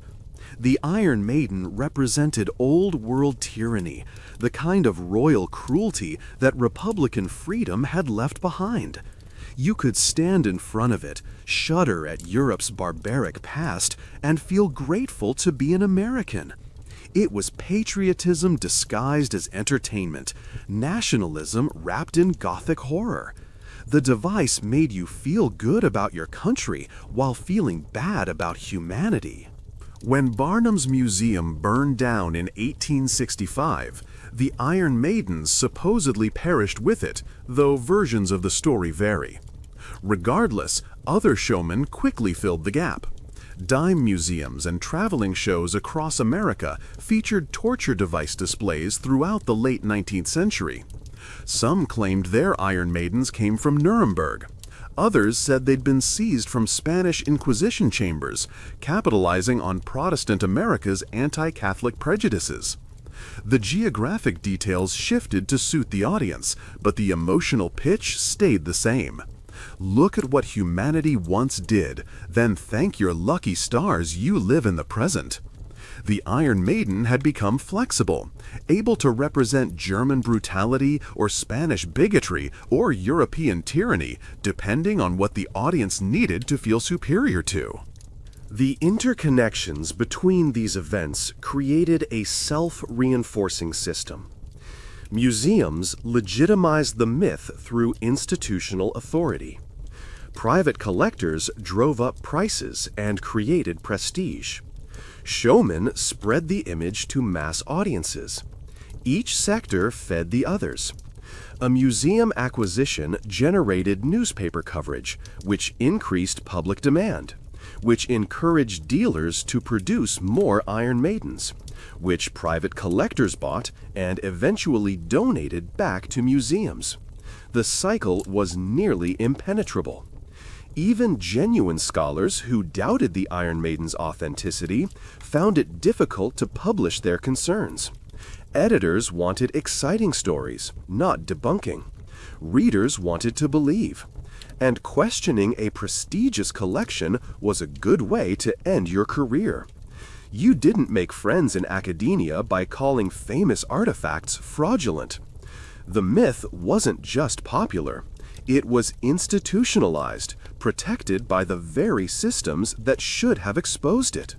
One additional event deserves mention: the destruction of the Nuremberg Iron Maiden itself.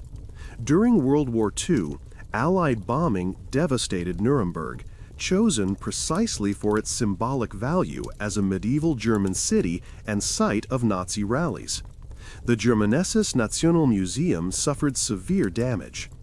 The original Iron Maiden, the device that had started the entire phenomenon in 1802, was destroyed. For decades afterward, scholars assumed they would never be able to examine the example, the source from which all other Iron Maidens derived. But here's the twist: it probably didn't matter. The device had been so thoroughly modified over the years, so frequently repaired and restored, that it was already more 19th century than medieval by the time it burned. Museums had been displaying a replica of a reconstruction, and the loss only removed evidence of the fraud. In a way, the bombing completed the myth-making process, eliminating the physical proof that could have undermined the legend. Now the original Iron Maiden could be anything. It became even more powerful as an absence than it had been as an object. Behind every myth stand the people who create and sustain it. The Iron Maiden story is populated by collectors, scholars, and showmen whose individual decisions shaped what the world believed about medieval torture. Their motivations varied from patriotism to profit to genuine scholarly error, but together they built an illusion so convincing it persisted for 2 centuries. To understand how, we need to look at them as individuals, not just types.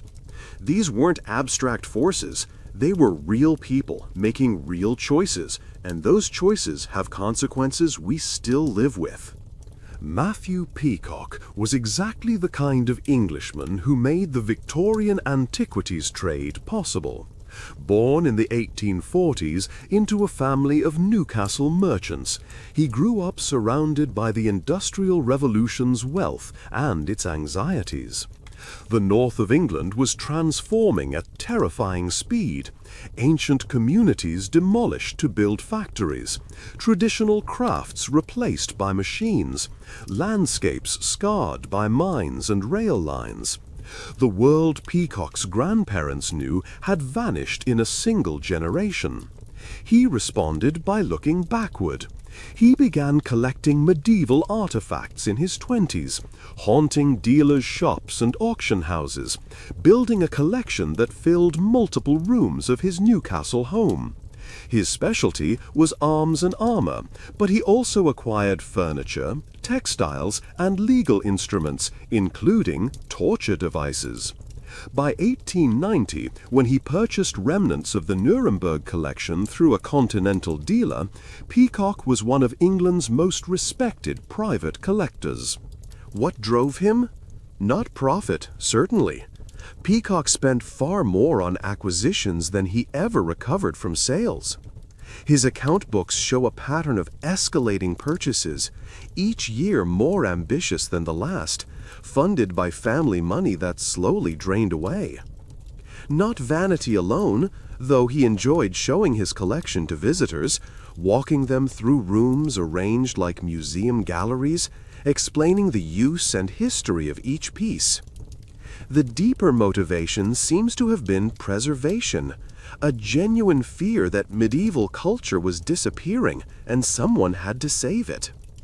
In letters to fellow collectors, Peacock wrote about his responsibility to rescue objects from destruction, to prevent beautiful things from being melted down or broken up for parts.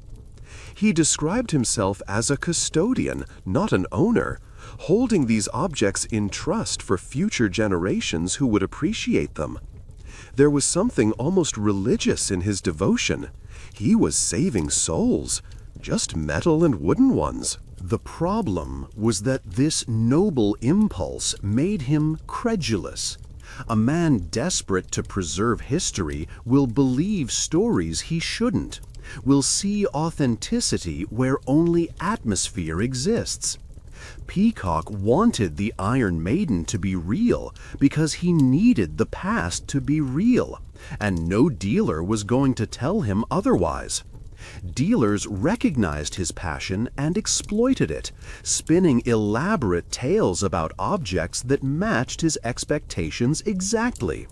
When Peacock received his Iron Maiden, supposedly from the Nuremberg Museum's surplus collection, it came with documentation that would satisfy anyone who wanted to be satisfied. Stamps and signatures, dates and descriptions, all the apparatus of authenticity. Peacock accepted it without question. His collection was complete. After Peacock's death in 1894, his collection was sold, and the supposed Nuremberg artifacts scattered to buyers across Europe and America. Some ended up in museums, where they were displayed without critical examination. Others vanished into private hands, reappearing decades later at auction with new provenances attached. Peacock never knew his Iron Maiden was probably a composite, assembled from unrelated parts by dealers who recognized a customer's desire and fulfilled it. He died believing he'd preserved something authentic. In a way, that faith was the most authentic thing about him, a Victorian conviction that the past mattered and could be saved if only someone cared enough. The tragedy is that caring isn't the same as critical thinking, and love for history can blind you to its fabrications.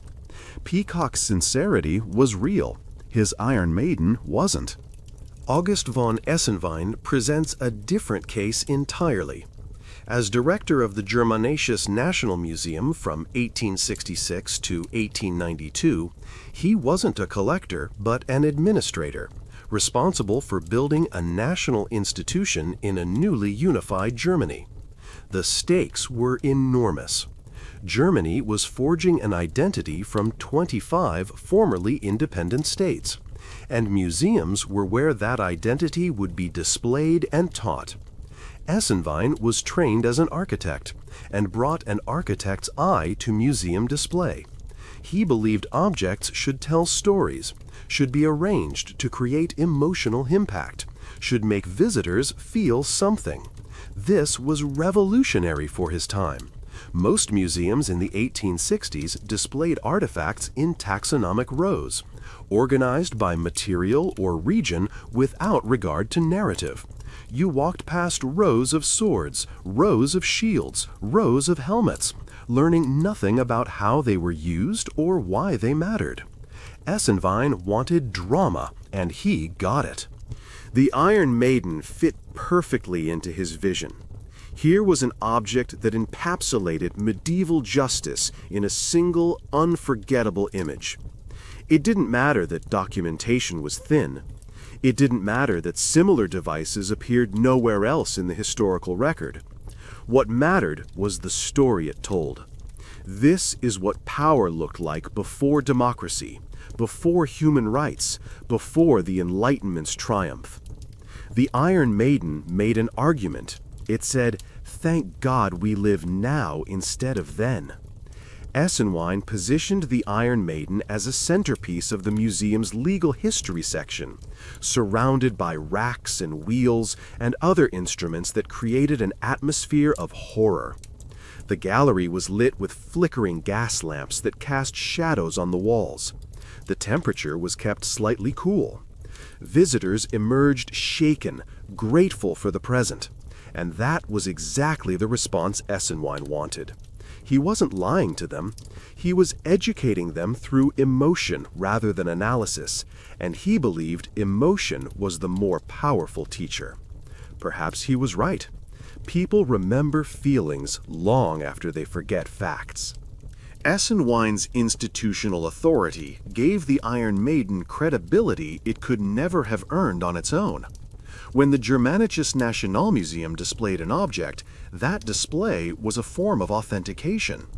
Scholars cited the museum's collection in their work, assuming that the experts had already verified provenance. Dealers referenced it when selling similar items, arguing that if Nuremberg had one, others must exist. The myth gained a pedigree, a respectable lineage that made doubters seem pedantic. Essenwein never explicitly claimed the Iron Maiden was genuine medieval, but he never explicitly denied it either. In museum catalogs, the language was carefully vague. Attributed to, believed to be, reportedly from. His silence was permission, and the myth grew in that permissive space. When scholars later proved the Iron Maiden was a fabrication, they had to fight not just popular belief, but the accumulated weight of museum authority. Essenwein had made doubt seem rude. Then there was Phineas Taylor Barnum, the great American showman, who approached the Iron Maiden from an entirely different angle. Barnum didn't care if it was authentic. He cared if it was interesting. His famous philosophy, often misquoted as "there's a sucker born every minute," was actually more nuanced. Audiences loved being fooled as long as the show was good. Barnum gave them good shows. His American Museum in New York combined legitimate natural history specimens with outrageous hoaxes like the Fiji mermaid, a monkey torso sewn to a fishtail, and visitors couldn't always tell which was which. That uncertainty was the point. Barnum sold wonder, and wonder requires not knowing. The moment you're certain, the magic disappears. The Iron Maiden he displayed in the 1860s may have been one of the most brazen frauds in his collection, or it may have been a genuine artifact he purchased from European dealers who were themselves fooled.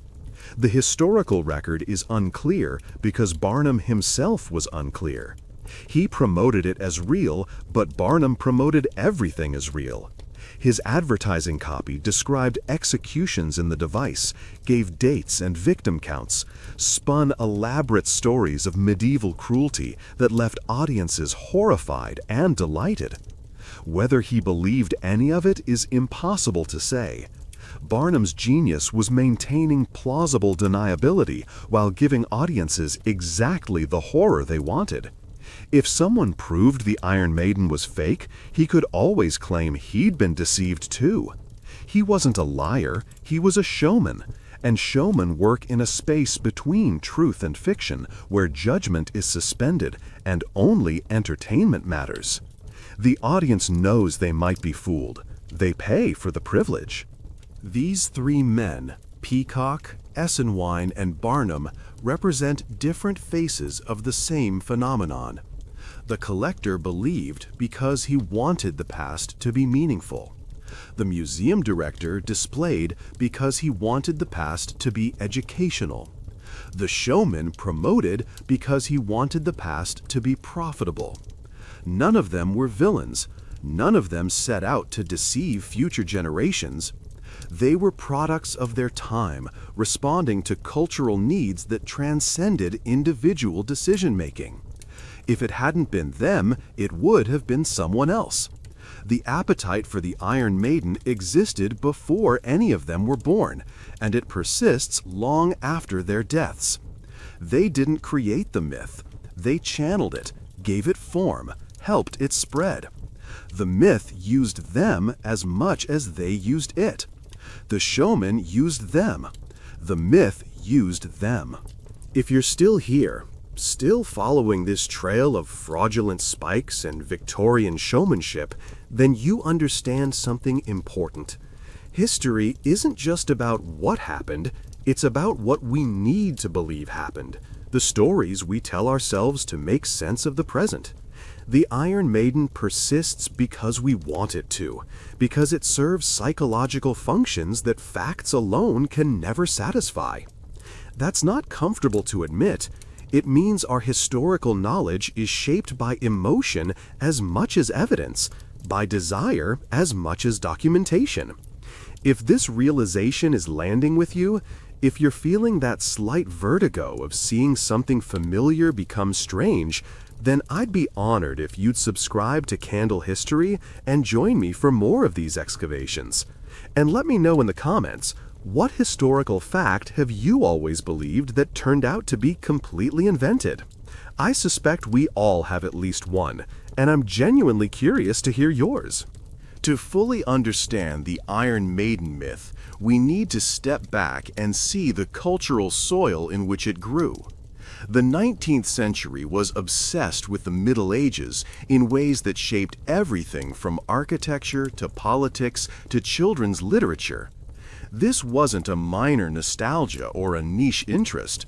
It was a comprehensive reimagining of the medieval world that influenced how ordinary people understood history, justice, and civilization itself. The Iron Maiden wasn't an isolated fabrication. It was part of a much larger project of inventing the past. Gothic Revival architecture is the most visible expression of this obsession. Beginning in the mid-18th century with Horace Walpole's Strawberry Hill house, a villa he decorated with pointed arches and medieval ornament, and accelerating through the 19th century, architects built churches, parliament buildings, universities, and train stations in medieval style. The British Houses of Parliament, rebuilt after a fire in 1834, featured pointed arches, ribbed vaults, and decorative detail borrowed from cathedrals. Westminster Abbey's silhouette became the template for institutions across the English-speaking world. Walk through any American university campus built before 1920, and you'll see Gothic towers, gargoyles, and cloisters that were supposed to evoke centuries of tradition, even when the school was founded last Tuesday. The style said, "We are connected to an ancient past, to a time when faith and learning were one." It was a lie, of course, but it was a beautiful and persuasive lie. But the Gothic Revival wasn't just about aesthetics. It was about values. Medieval society, in the Romantic imagination, was hierarchical but harmonious, a world where everyone knew their place and fulfilled their duty. Lords protected peasants. Knights defended honor. Priests tended souls. Children obeyed parents. Wives obeyed husbands. Everyone obeyed God. This vision ignored the plague, the famine, the crushing poverty, and the arbitrary violence that characterized actual medieval life. But it offered something the industrial present could not: stability. The 19th century was an era of relentless change, of cities growing faster than anyone could manage, of social mobility that disrupted ancient orders, of technologies that appeared and disappeared in a single generation. Looking back at a presumably stable medieval past was a way of coping with a chaotic present. If only we could return to that simpler time, people thought. They couldn't, of course. That time never existed. But the longing was real. Literature reinforced these images. Sir Walter Scott's novels, especially Ivanhoe in 1820, created a vision of medieval England populated by noble Saxons, cruel Normans, and bold outlaws like Robin Hood. Scott's influence was immense. He essentially invented the historical novel as a popular form, and his particular version of the Middle Ages became the default for generations of readers. Knights jousted in tournaments. Damsels waited in towers. Castles hid dungeons where terrible things happened to people who deserved it and some who didn't. Scott's medieval world was violent but comprehensible, a place where good and evil could be clearly distinguished and honor still meant something. The contrast with modern life, where morality seemed blurrier and heroism rarer, was the point. Readers escaped into Scott's Middle Ages to find the clarity their own era lacked. Gothic novels took a darker view. Beginning with Walpole's The Castle of Otranto in 1764, and continuing through Anne Radcliffe, Matthew Lewis, and eventually Bram Stoker, the Gothic genre used medieval settings to explore terror, madness, and the supernatural. Crumbling abbeys, secret passages, ancestral curses. These were the furniture of Gothic horror, and they assumed a medieval world where anything was possible, because reason hadn't yet triumphed. Ghosts walked these corridors. Ancient evils stirred in the crypt. The past wasn't dead. It was waiting. The Iron Maiden fit perfectly into this imaginative landscape. It was exactly the kind of device a Gothic novelist would invent. A technological horror hidden in a dungeon, waiting to embrace its victim. Whether anyone actually read about Iron Maidens in Gothic novels is almost irrelevant. The genre created a template for imagining medieval cruelty, and the Iron Maiden slotted into that template like it was designed for it. Perhaps, in a sense, it was. Children's education also played a role. The 19th century saw a massive expansion of literacy and schooling, and history became a core subject in the new national curricula. But what version of history? In Britain, the emphasis was on constitutional development, the story of how English liberties evolved from Magna Carta to the Reform Acts. In France, the focus was on the Revolution and its Republican legacy. In Germany, as we've seen, the medieval period was presented as the origin of national identity. In each case, the Middle Ages appeared as a kind of before picture, a time of darkness against which modern progress could be measured. Textbooks and children's books described medieval torture devices in lurid detail, presenting them as evidence of how far civilization had come. The Iron Maiden was pedagogically useful. It scared children into appreciating their own era, made them grateful for courts that followed rules and governments that respected rights. Whether this gratitude was deserved is another question. Popular entertainment completed the circle.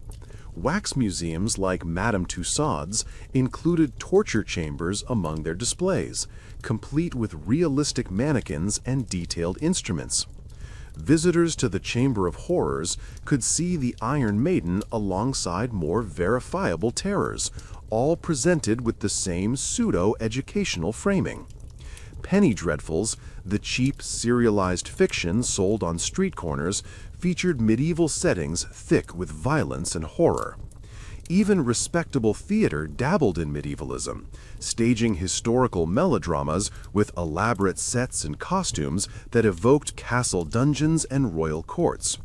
The audience that visited the Iron Maiden in museums had already encountered it in stories, songs, and shows. They knew what they were looking at. They knew what story it told. The device wasn't presenting new information. It was confirming what everyone already believed. This is how myths become unshakable. They don't exist in isolation. They're woven into an entire fabric of cultural assumptions, reinforced by every medium and institution simultaneously. Questioning the Iron Maiden meant questioning not just one object, but an entire worldview. It meant saying that maybe the Middle Ages weren't uniquely barbaric, that maybe the present wasn't as superior as it liked to believe, that maybe the whole narrative of progress needed revision. That was too much. It was easier to believe the spikes, easier to accept the story that made you feel good about your own time, easier to enjoy the horror without asking where it came from. The Iron Maiden survived because questioning it required too much intellectual and emotional work. Belief was free. Skepticism had costs. And so the Iron Maiden conquered the 19th century, spreading from Nuremberg to London to New York, from museums to sideshows to schoolbooks. It became one of the most recognized images of medieval cruelty, an icon of barbarism that everyone could describe, even if no one had actually seen an authentic one. By 1900, the myth was so entrenched that scholars who doubted it were dismissed as contrarians, pedants who couldn't appreciate a good story. The evidence was too thin, the debunkers said. There are no medieval records of the device, they pointed out. The technology doesn't match the supposed era. The whole thing is probably a 19th century fabrication. And for decades, nobody listened. The myth was too useful, too satisfying, too embedded in everything people thought they knew about the past. But the 20th century brought new tools and new questions. Scientific analysis could now date wood and metal with precision. Academic history grew more rigorous, more skeptical of received narratives, more willing to challenge comforting stories. And slowly, painstakingly, the truth began to emerge. The Iron Maiden was a fraud, yes, but a fraud of particular genius. It succeeded because it told people what they wanted to hear, because it confirmed assumptions so deep that questioning them felt like madness. In our final chapter, we'll trace the debunking, the scholars who first raised doubts, the scientific evidence that accumulated over decades, and the uncomfortable moment when museums had to decide what to do with artifacts they'd displayed for generations as genuine. We'll also ask the hardest question of all. Now that we know the Iron Maiden is fake, why does it still appear in documentaries, museum exhibitions, and popular culture? Why can't we let it go? The answer, I suspect, has less to do with history than with human nature. We invented the Iron Maiden because we needed it. We keep reinventing it because that need hasn't gone away. The spikes aren't medieval. They're a mirror, and the face we see in it is always our own. We've followed the Iron Maiden from its birth in 1802 to its conquest of the 19th century. We've watched it spread from Nuremberg to London to New York, from serious museums to carnival sideshows, from academic catalogs to penny dreadfuls. We've met the collectors who believed, the directors who displayed, and the showmen who profited. And through it all, one question has lingered. When did the truth finally catch up? When did scholars, scientists, and institutions finally admit that this iconic torture device, this symbol of medieval barbarism that everyone recognized, was a complete fabrication? The answer is more complicated than you might expect. Debunking a myth isn't like flipping a switch. It's more like erosion, a slow wearing away that takes decades and still leaves traces behind. The Iron Maiden wasn't exposed in a single dramatic revelation. It was questioned, doubted, defended, re-examined, and gradually abandoned by serious scholars, while remaining stubbornly alive in popular culture. Even now, knowing what we know, the device appears in documentaries, museum exhibitions, and horror films as if the debunking never happened. The myth is too useful to die. Tonight, we trace that long unraveling and ask the hardest question of all. What does it mean that we keep believing something we know isn't true? The spikes might be fake, but the need they satisfy is absolutely real. The first serious doubts appeared surprisingly early. As far back as the 1830s, some German scholars were questioning the Iron Maiden's authenticity, pointing out the complete absence of medieval documentation.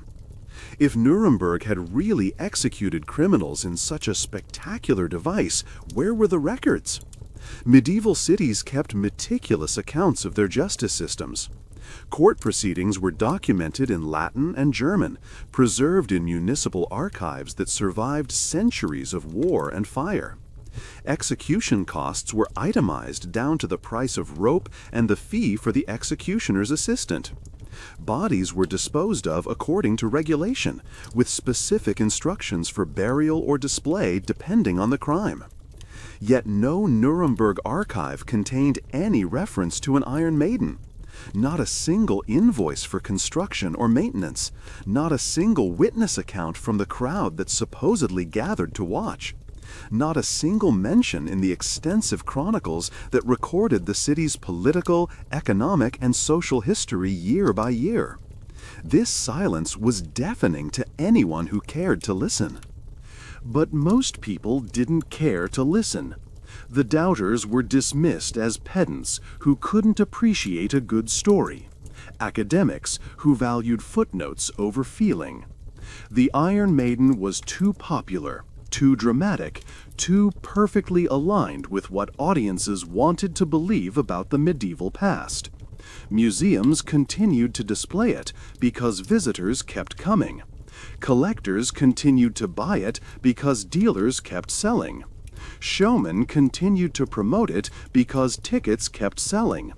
The skeptics published their concerns in academic journals that nobody outside universities read, gave lectures to colleagues who nodded politely and changed the subject, wrote letters to museum directors who filed them away unanswered.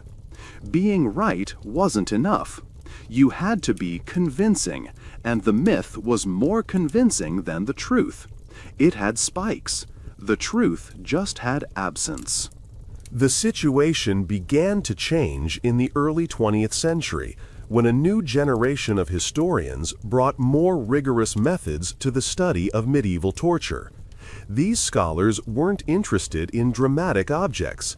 They were interested in systems, in how justice actually functioned across medieval Europe as a set of institutions, procedures, and ideas. They read court records in Latin and German, traced the evolution of legal procedures from Roman law through canon law to the criminal codes of early modern states, mapped the geography of punishment across regions and centuries, and what they found didn't match the popular imagination at all. Medieval torture was regulated, limited, and documented. It was bureaucratic, not theatrical. Courts that authorized torture had to follow specific procedures, record their decisions, and justify their methods to higher authorities. The devices that existed, the rack and strappado and boot, were tools of interrogation designed to extract confessions, not elaborate execution machines designed to prolong suffering for spectators' entertainment. The Iron Maiden fit nowhere in this picture. It was an orphan, a device without ancestors or relatives, appearing from nowhere in the late 18th century and claiming medieval parentage without any evidence. Wolfgang Schild, a German legal historian at the University of Bielefeld, became the most persistent and effective debunker. Beginning in the 1980s, Schild published a series of articles and books that systematically demolished the Iron Maiden myth. His approach was methodical and devastating. He traced the first written accounts to Siebenkees in 1793 and showed how they were pure invention, containing details that contradicted known facts about Nuremberg's legal procedures. He examined the physical construction of surviving Iron Maidens and demonstrated that they were assembled from unrelated parts, often from different centuries, glued and screwed together by 19th century hands. He surveyed medieval legal records across Germany and found no evidence that such a device had ever existed. Not in Nuremberg, not in any other city, not anywhere. He consulted with experts in metallurgy, woodworking, and forensic archaeology who confirmed that the devices couldn't be medieval based on their materials and construction techniques. His work was thorough, meticulous, and devastating. By the time he finished, the Iron Maiden's scholarly reputation was in ruins. But Schild faced a problem that every debunker faces. Destroying a myth doesn't mean anyone notices.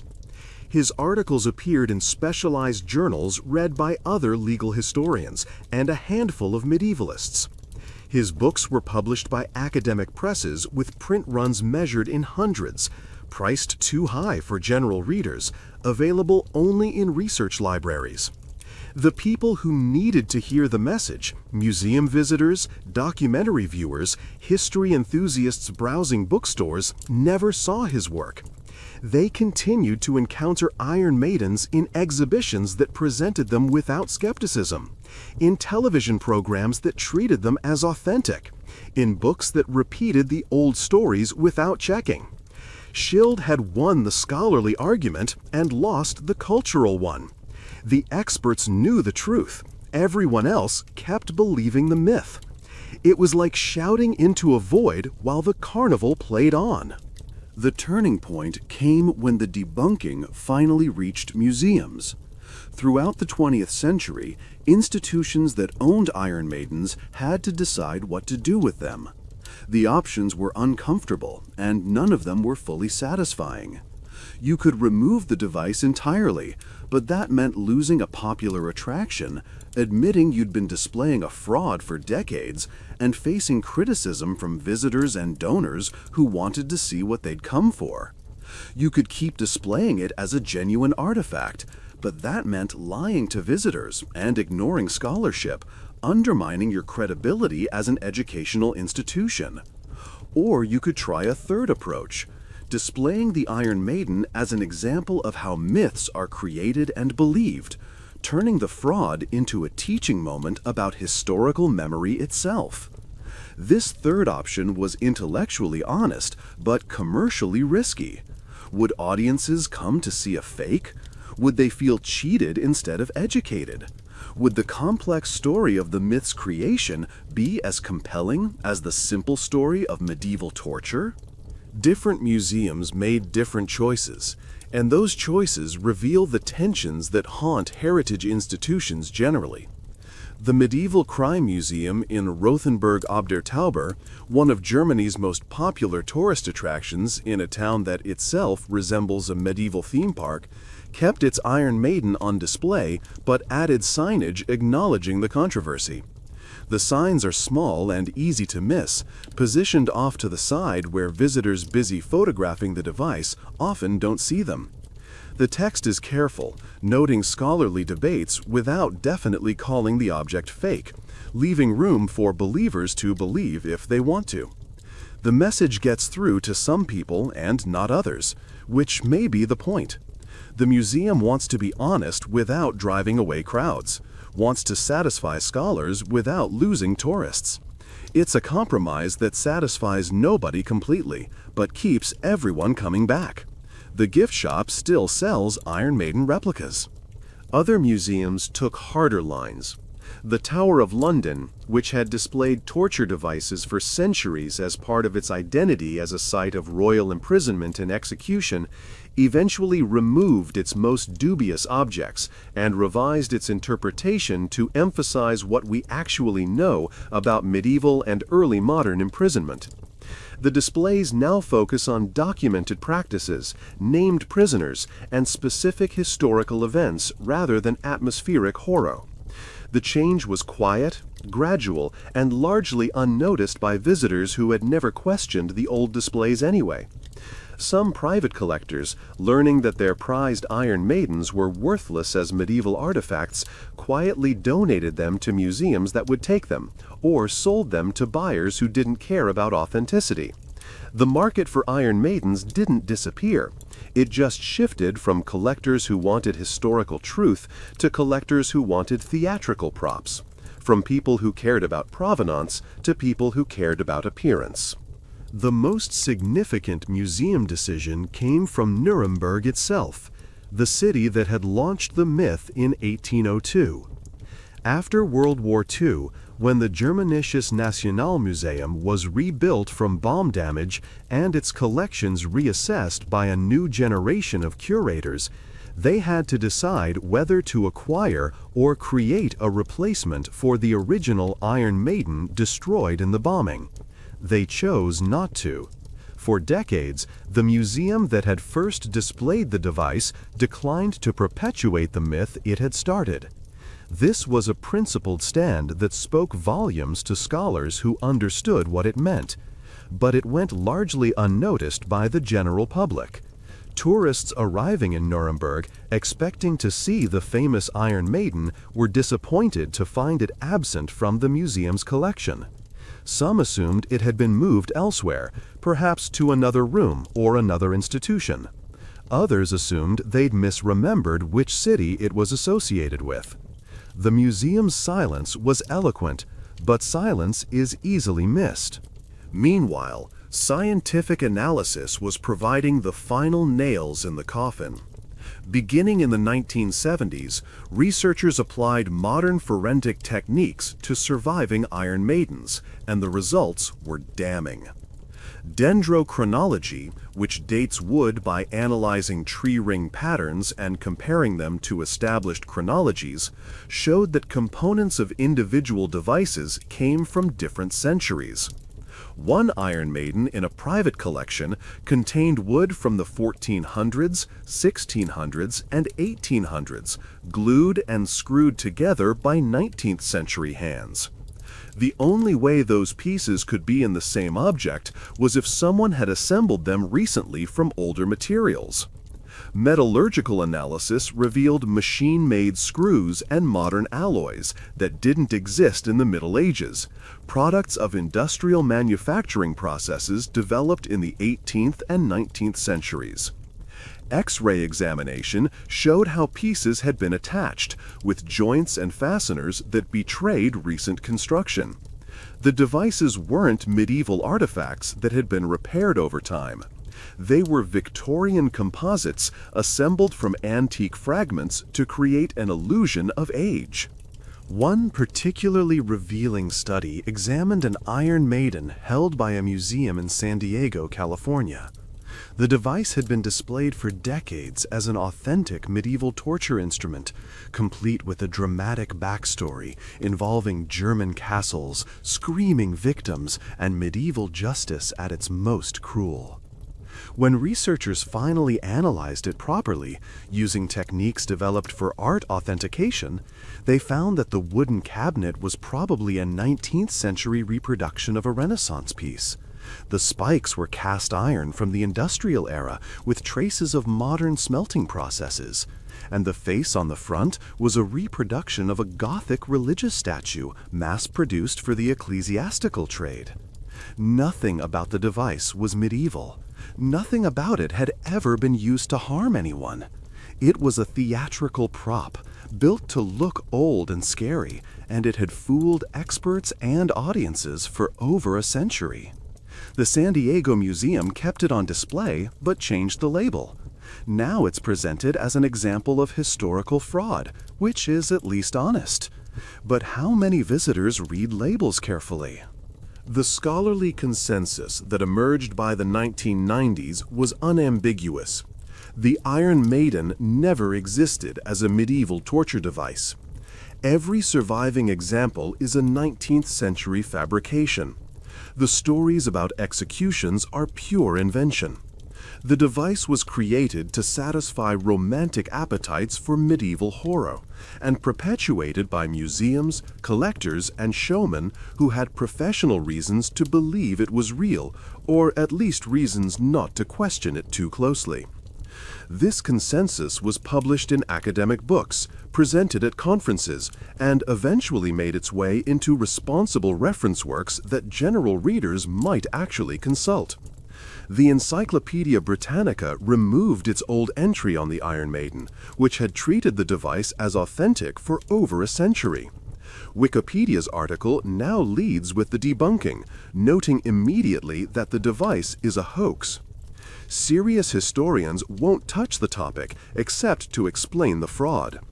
The Iron Maiden has joined the flat earth and the medieval chastity belt as examples of things everyone knows that aren't actually true. And yet, here's the remarkable thing. It didn't matter. The myth survived its own debunking. Even as scholars reached consensus and museums revised their displays, the Iron Maiden continued to appear in popular culture as if nothing had changed. Television documentaries about medieval torture featured it prominently, often without mentioning the controversy, or mentioning it so briefly that viewers could easily miss it. Horror films used it as a set piece, a recognizable symbol of period cruelty. Video games included it as a hazard in medieval levels, something for players to avoid or use against enemies. Halloween stores sold miniature versions as decorations, right alongside plastic skeletons and fake cobwebs. The History Channel, which should know better, has aired programs that present the Iron Maiden as authentic, complete with dramatic reenactments and ominous narration. the device has become what scholars call a zombie fact, a belief that continues walking around after its intellectual death, immune to evidence because it satisfies needs that evidence can't touch. The consequences of the Iron Maiden myth extend far beyond a single fraudulent artifact. The device became a template for imagining medieval torture, shaping how entire generations understood justice, punishment, and human cruelty in the past. Even people who've never heard of the Iron Maiden specifically carry assumptions about medieval barbarity that the myth helped create. The past, in their imagination, is full of elaborate machines for inflicting pain, dungeons staffed by hooded sadists who enjoyed their work, a pornography of suffering that bears no relationship to historical reality. This imaginary past serves real functions. It makes the present seem better by comparison. It provides safe containers for processing horror. It allows us to feel superior to ancestors we've never understood. But it also distorts our ability to see the past clearly and learn from it honestly. Consider what we miss when we focus on invented torture devices instead of real medieval justice. The actual systems were fascinating and consequential in ways the Iron Maiden never suggests. Medieval courts developed procedures for gathering evidence, hearing testimony, and reaching verdicts that influence the legal systems we use today. The right to counsel, the presumption of innocence in some contexts, the requirement for multiple witnesses, the gradations of punishment based on severity of crime. These emerged through centuries of legal development that the torture chamber image completely obscures. Medieval jurists grappled with questions about guilt and innocence, mercy and severity, individual rights and social order that remain unresolved. They created written records that allow us to see how ordinary people lived, what they valued, and how they resolved conflicts. All of this gets buried under the spectacle of Iron Maidens and their ilk. We learn nothing about medieval people because we're too busy congratulating ourselves on not being medieval. The myth also distorts our understanding of where cruelty actually comes from. By locating torture in a distant past, by making it a property of medieval minds that modern rationality has surpassed, we blind ourselves to the cruelty of our own era. The 20th century, which did so much to debunk the Iron Maiden, also produced Auschwitz, the Gulag, the Killing Fields, and Abu Ghraib. These were not medieval throwbacks. They were products of modernity, of bureaucratic states with advanced technology and educated personnel, of ideologies that claimed to be progressive and rational. The people who operated them weren't hooded madmen from a Gothic novel. They were ordinary citizens doing jobs, following orders, filing reports, going home at night to families who asked how their day went. If we want to understand torture, we should study them, not imaginary medieval devices. But studying them is uncomfortable because it implicates us. The Iron Maiden lets us off the hook. It says cruelty is something other people do, in other times, for other reasons that don't apply to us. We can enjoy the horror without feeling responsible for it. Museums that displayed Iron Maidens without skepticism bear some responsibility for this distortion. For generations, they taught visitors that the device was real, lending it the authority of institutional endorsement. A visitor to a serious museum expects to see authentic objects with accurate labels, and that trust is the basis for everything museums do. When museums get something wrong for decades, the error becomes part of what people think they know. Even now, when most serious museums have revised their interpretations, the damage persists. People who saw the Iron Maiden in the 1970s or 1980s still believe it was authentic. They've passed that belief to their children and students. They've written it into school reports and casual conversations and internet comments. The misinformation has propagated through the culture like a virus, too widespread to contain. Museums are supposed to be trusted sources of information, islands of reliability in a sea of nonsense. When they fail that trust, the effects ripple outward for generations. Correcting the error later helps, but it can't undo the original harm.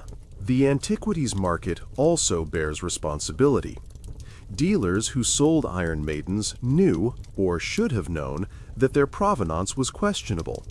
The absence of documentation, the suspicious construction, the fact that dozens of supposedly rare medieval devices kept appearing on the market, these should have raised red flags for anyone paying attention. But dealers chose profit over honesty, exploiting collectors' desire for dramatic objects. Some of these dealers were outright forgers, commissioning new Iron Maidens to meet demand, hiring craftsmen to assemble antique fragments into convincing wholes. Others were simply willing to repeat stories they hadn't verified, letting buyers believe what they wanted to believe, because belief meant sales. The market incentives all pointed toward perpetuating the myth. An authentic medieval Iron Maiden was worth thousands of dollars, tens of thousands for an exceptional example with good provenance. A 19th century theatrical prop was worth much less, a few $100s to someone who wanted it for decoration. Dealers made money by maintaining the illusion, and buyers rarely asked hard questions because they didn't want hard answers. But perhaps the deepest consequence is what the myth reveals about historical memory itself. We don't remember the past. We construct it from fragments, shaped by present needs and desires. The Iron Maiden was constructed in the 19th century to serve 19th century purposes, validating progress, entertaining audiences, selling tickets, building national identity, supporting narrative of civilization triumphing over barbarism. It was constructed again in the 20th century to serve different purposes, filling museum halls, illustrating documentaries, decorating haunted houses, providing content for television channels that needed programming. And it's being constructed now, in the 21st century, for purposes we're probably too close to see clearly, but that surely include generating clicks, views, and engagement in a media environment that rewards sensation over accuracy. Each construction claims to represent the real past, but none of them do. They represent what we need the past to be, which is a very different thing. This isn't a problem unique to the Iron Maiden. It's a problem with historical memory generally. We believe things about the past because they feel true, because they match our expectations, because they serve our purposes.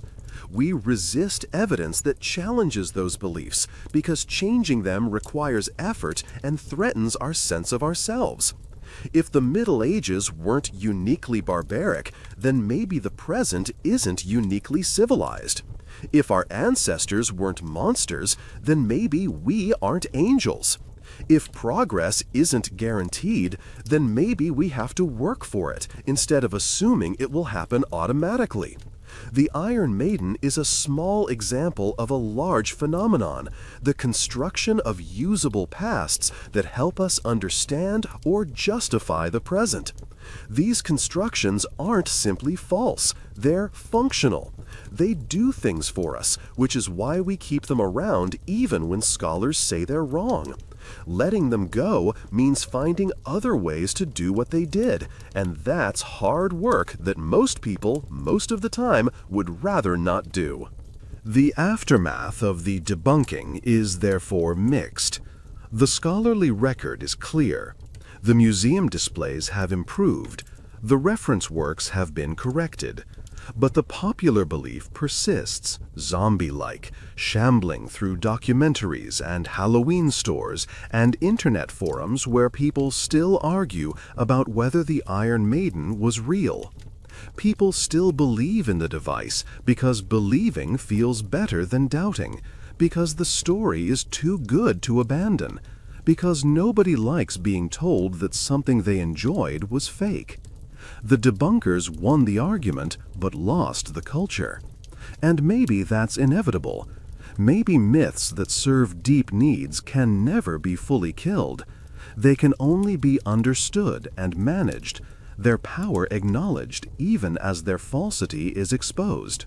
We can know the Iron Maiden is fake and still understand why it was created and why it persists. That knowledge is worth having, even if it doesn't make the myth go away. There's a particular cruelty in how the myth affects those who try to correct it. Scholars who publish debunkings receive angry emails from people who don't want their beliefs challenged. Museum curators who change labels get complaints from visitors who feel cheated. Teachers who explain the fraud in classrooms face students who prefer the exciting lie to the boring truth. The myth fights back against its own exposure because people have invested in it, emotionally, if not financially. They've told friends about the Iron Maiden, written school reports, shared articles online. Admitting the myth is false means admitting they were fooled, and nobody likes that feeling. So they resist, find reasons to doubt the debunkers, cling to the belief that surely there must be some authentic Iron Maidens somewhere, even if most are fake. The psychology of belief preservation is powerful, and it works as hard to protect pleasant falsehoods as unpleasant truths. What happened to the people and institutions we followed through this story? Their fates illuminate the myth's long shadow and its stubborn persistence. Consider the Germanicus Nationalmuseum, the institution that first displayed the original Iron Maiden in 1802, and thereby launched a 2-century phenomenon. After the war, the museum rebuilt itself as a center for serious scholarship, determined to leave behind the nationalist excesses that had shaped German museums in the 19th and early 20th centuries. It declined to replace the destroyed Iron Maiden and revised its interpretation of medieval justice to emphasize documented practices rather than legendary horrors. Today, the museum is respected internationally for its rigorous approach, a model for how heritage institutions can combine scholarship with public engagement. But visitors still arrive asking to see the famous torture device. They've read about it in guidebooks that were written before the debunking. They've seen it in documentaries that repeated the old stories. They've heard about it from friends who visited decades ago. The museum explains that the device never actually existed, and the visitors look disappointed. Some assume the museum is hiding something. Others assume they've come to the wrong place. Very few accept the explanation and adjust their understanding. Myths die hard, especially when the real story is less exciting than the legend. The Medieval Crime Museum in Rothenburg ob der Tauber took a different path entirely. This small museum, located in a picturesque Bavarian town that itself looks like a medieval theme park with half-timbered houses and narrow cobblestone streets, has embraced the torture device display as its main attraction and its reason for existing.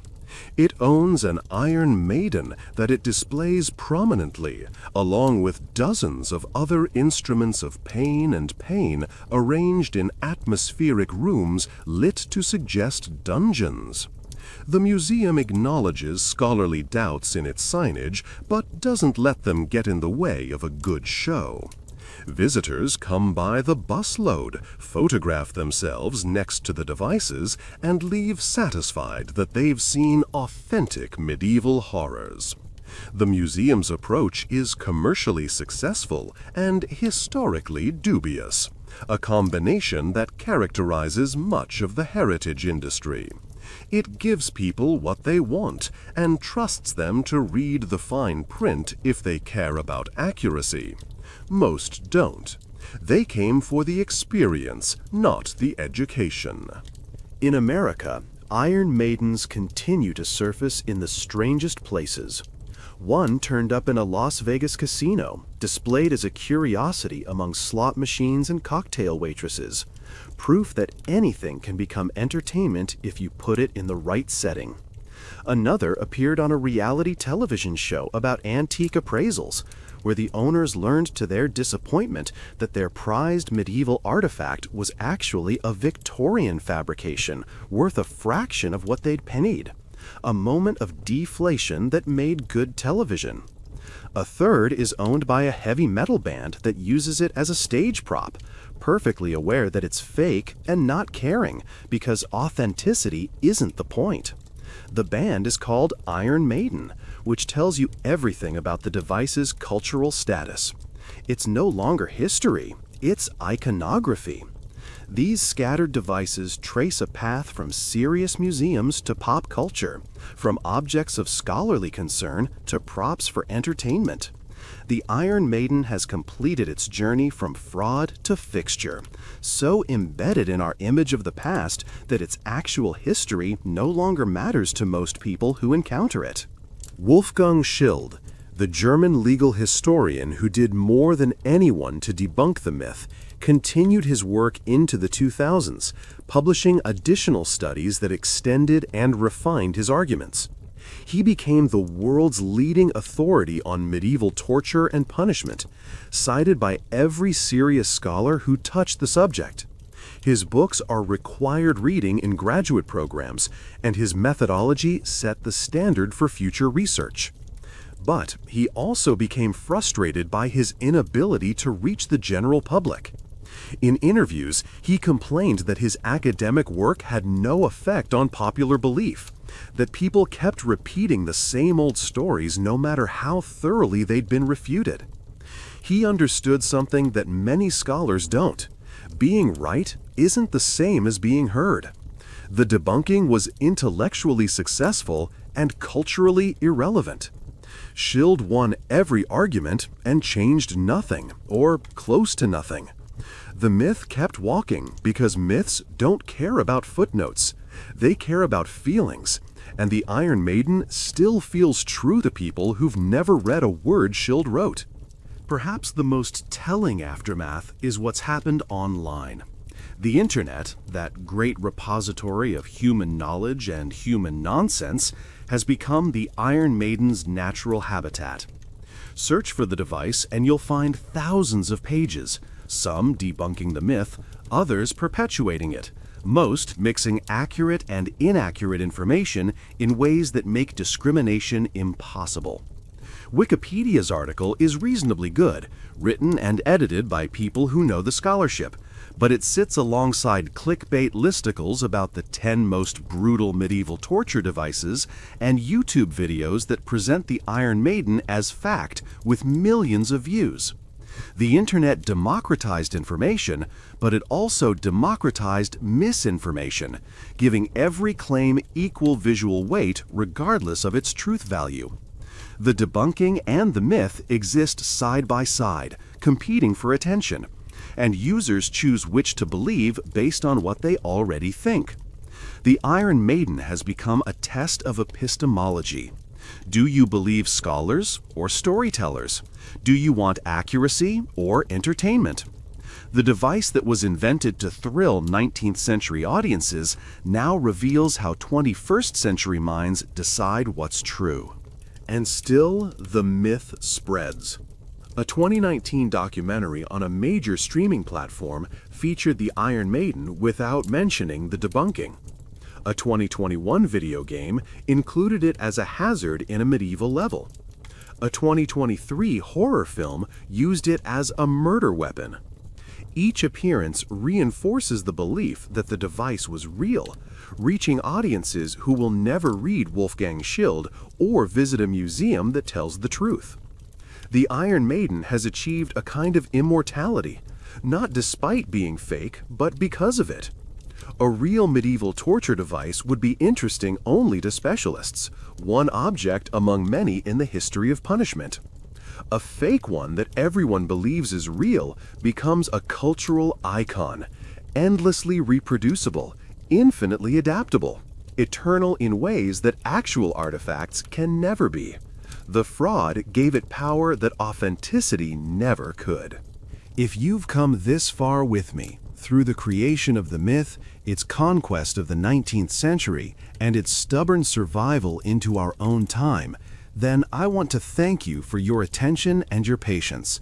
This has been a long journey, much longer than most YouTube videos, and the fact that you're still here means something. It means you care about getting history right, about understanding not just what happened, but why we believe what we believe. It means you're willing to sit with uncomfortable truths instead of settling for comfortable lies. That matters more than I can say, because the Iron Maiden isn't just one myth. It's a symptom of how we relate to the past generally, and changing that relationship requires people who are willing to think carefully and skeptically. If you'd like to continue this kind of exploration, I'd be honored if you'd subscribe to Candle History and stay with me for future excavations. And I want to know what you think. Now that you've heard this story, do you believe we can ever fully debunk historical myths, or are they too useful to die? What should museums do with objects they know are fake but visitors still want to see? How do we balance entertainment with accuracy in popular history? Tell me in the comments. I read every single one, and I learn from them. We began this journey with a device bristling with spikes, sitting in museum basements and horror films, promising to reveal the barbaric heart of the Middle Ages. The Iron Maiden seemed like a window into the past, a physical remnant of an era when cruelty was casual and suffering was spectacle. We trusted it because it confirmed what we already believed, because it matched our image of medieval darkness, because the institutions that displayed it were supposed to be trustworthy. We trusted it, in other words, for all the reasons we trust most of what we think we know about history. And we were wrong. The Iron Maiden wasn't a window into the past. It was a mirror reflecting the present, specifically the present of the early 19th century, when romantic imaginations craved medieval horror and entrepreneurial showmen supplied it. The spikes weren't medieval, they were industrial. The face wasn't a relic of Gothic craftsmanship. It was probably a religious statue repurposed by dealers who saw an opportunity. The stories about executions weren't recovered from ancient chronicles. They were invented by professors and repeated by journalists who never checked. Everything about the Iron Maiden, from its construction to its mythology to its spread across Europe and America, was a product of the modern era. The Middle Ages had nothing to do with it. Now you understand what you were actually looking at all those times you saw an Iron Maiden in a museum or documentary or horror film. You were looking at a 19th century theatrical prop designed to thrill audiences who wanted to believe the past was savage. You were looking at the product of a market for medieval artifacts that was willing to create what it couldn't find. You were looking at institutional authority lending credibility to obvious frauds because the frauds drew crowds. And you were looking at yourself, at your own appetite for darkness, at your own willingness to believe stories that made you feel good about the present by making you feel bad about the past. The Iron Maiden didn't reveal medieval minds. It revealed modern ones, ours. The patterns that created and sustained the Iron Maiden myth are still operating today, perhaps more powerfully than ever. Our information environment is flooded with compelling falsehoods that spread because they satisfy emotional needs, not because they're true. Social media algorithms promote content that generates engagement, and nothing generates engagement like outrage, fear, and horror. The Iron Maiden was viral content before virality existed, a meme that spread across continents because it perfectly captured what audiences wanted to believe. Today's viral falsehoods work the same way. They confirm existing beliefs, provide satisfying emotions, and resist debunking because the emotional payoff is more important than the factual accuracy. We've industrialized the process that created the Iron Maiden. Consider how we consume historical content now. Television documentaries, YouTube videos, and podcasts about history have enormous audiences, but their commercial incentives push toward entertainment over accuracy. A documentary that tells the exciting story of the Iron Maiden will get more views than one that carefully debunks it. A YouTube video with dramatic reenactments and ominous music will outperform one with scholarly caveats and uncertainty. Content creators know this. They give audiences what audiences want, which is exactly what 19th century showmen did. The technology changes, the psychology doesn't. We're still building Iron Maidens, just digital ones, and they're spreading faster than ever because the distribution system rewards them. The role of institutions has also shifted in troubling ways. In the 19th century, museums provided authority for myths like the Iron Maiden by displaying them without skepticism. Today, institutions face pressure to be entertaining and engaging, to compete with streaming services and social media for attention. This pressure can push them toward sensationalism, toward giving visitors the dramatic experiences they expect rather than the complicated truths they need. Some museums resist this pressure admirably, maintaining standards even when standards cost attendance. Others succumb to it, displaying dubious objects with minimal qualification, because qualified displays don't draw crowds. The dynamic that perpetuated the Iron Maiden myth is alive and well in the 21st century heritage industry. The names have changed, the incentives haven't. Most fundamentally, our appetite for dark history hasn't diminished. True crime podcasts, serial killer documentaries, and medieval torture videos all serve the same psychological function the Iron Maiden served. They allow us to process horror at a safe distance, to confront human capacity for cruelty without being implicated in it. This appetite isn't going away. It's probably hardwired, a product of evolutionary psychology that makes us attend to threats even when they're not real. The question is whether we can satisfy that appetite while also being honest about what we're consuming. Can we enjoy dark history without being fooled by it? Can we acknowledge the emotional function of horror stories while also maintaining critical distance? The Iron Maiden suggests it's difficult. But difficulty isn't impossibility. Awareness is the first step toward doing better. What does the Iron Maiden tell us about ourselves? Not about medieval people who never built or used such a device, but about modern people who invented it, believed it, and continue to perpetuate it even after its exposure as a fraud. The answer, I think, is that we need our horrors. We need them contained and labeled and safely in the past, where they can't accuse us of anything. We need them dramatic and theatrical and larger than life, so we can enjoy them as entertainment rather than confronting them as reality. We need them, in short, to be exactly what the Iron Maiden is: fake, constructed, designed for our consumption. Real historical cruelty is uncomfortable in ways the Iron Maiden never is. It implicates systems we still live in, ideologies we still hold, patterns of behavior we still exhibit. It doesn't stay safely in the past. It bleeds into the present, showing continuities where we want to see progress.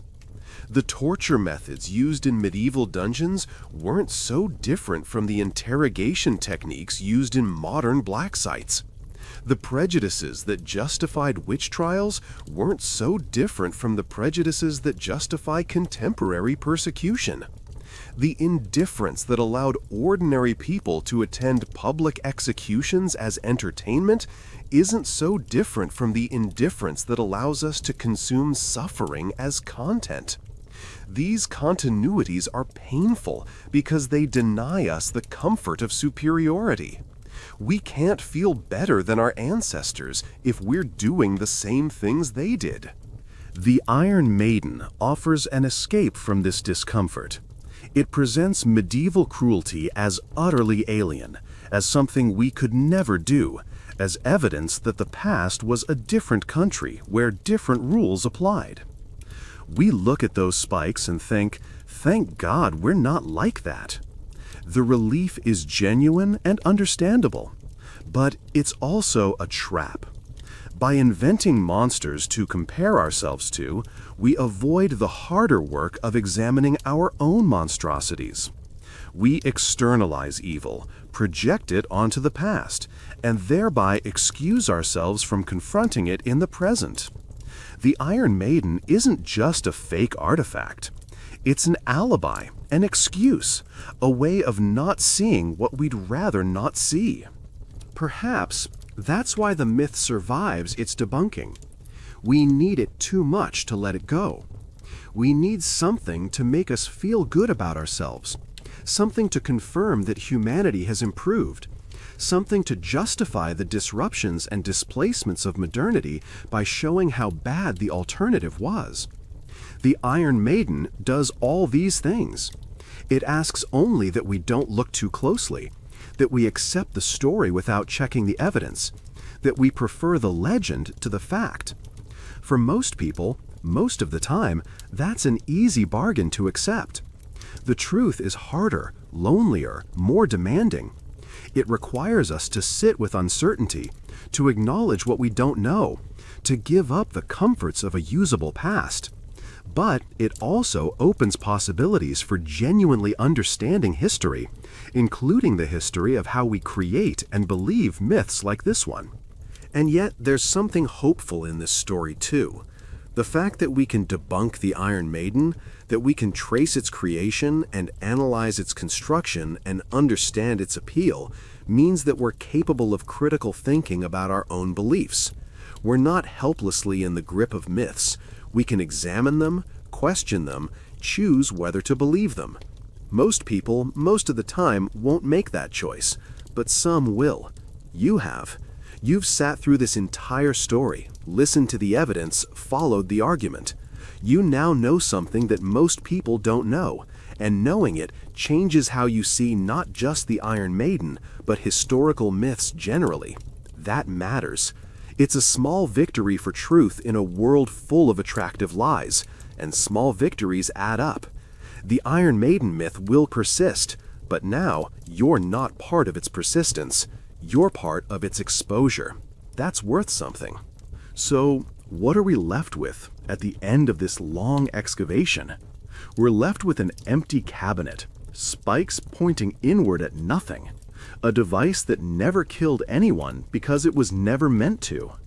We're left with 2 centuries of believers who saw what they wanted to see, who trusted institutions that trusted dealers, that trusted stories, that trusted nothing at all. We're left with a myth that refuses to die, because dying would mean admitting something uncomfortable about the need that created it. And we're left with ourselves, standing in front of the Iron Maiden, deciding what to see. I can't tell you what to do with this knowledge. You might feel cheated, angry that something you believed was real turns out to be fake. You might feel superior, smug, that you now know something most people don't. You might feel unsettled, uncertain about what else you believe that might not be true. All of those responses make sense. But I hope you also feel something else. Curious. Curious about why the myth was so convincing. Curious about what other myths might be operating in your understanding of history. curious about the relationship between what actually happened and what we need to believe happened. That curiosity, if you follow it honestly, leads to a different kind of historical knowledge. Not the comforting certainties of good stories, but the uncomfortable complexities of real pasts. The Iron Maiden will keep appearing in museums and documentaries and horror films. It will keep fooling people who don't know better and satisfying people who don't care. The myth is too useful to die completely, and perhaps that's fine. Perhaps every culture needs its invented horrors, its safe containers for processing dark truths. But now you know what you're looking at. You know that the spikes are industrial, the wood is composite, the stories are fiction. You know that the face on the front isn't medieval cruelty, but modern desire. The desire to believe that the past was worse than the present, that humanity has improved, that we're not capable of what our ancestors were. You know, in other words, that the Iron Maiden isn't really about the Middle Ages at all. It's about us. It always was. The next time you see one, look closely. The hinges still work. The doors still open. But inside, where the victim was supposed to be, there's nothing but reflection. That's the real secret of the Iron Maiden. The darkness it contains is our own.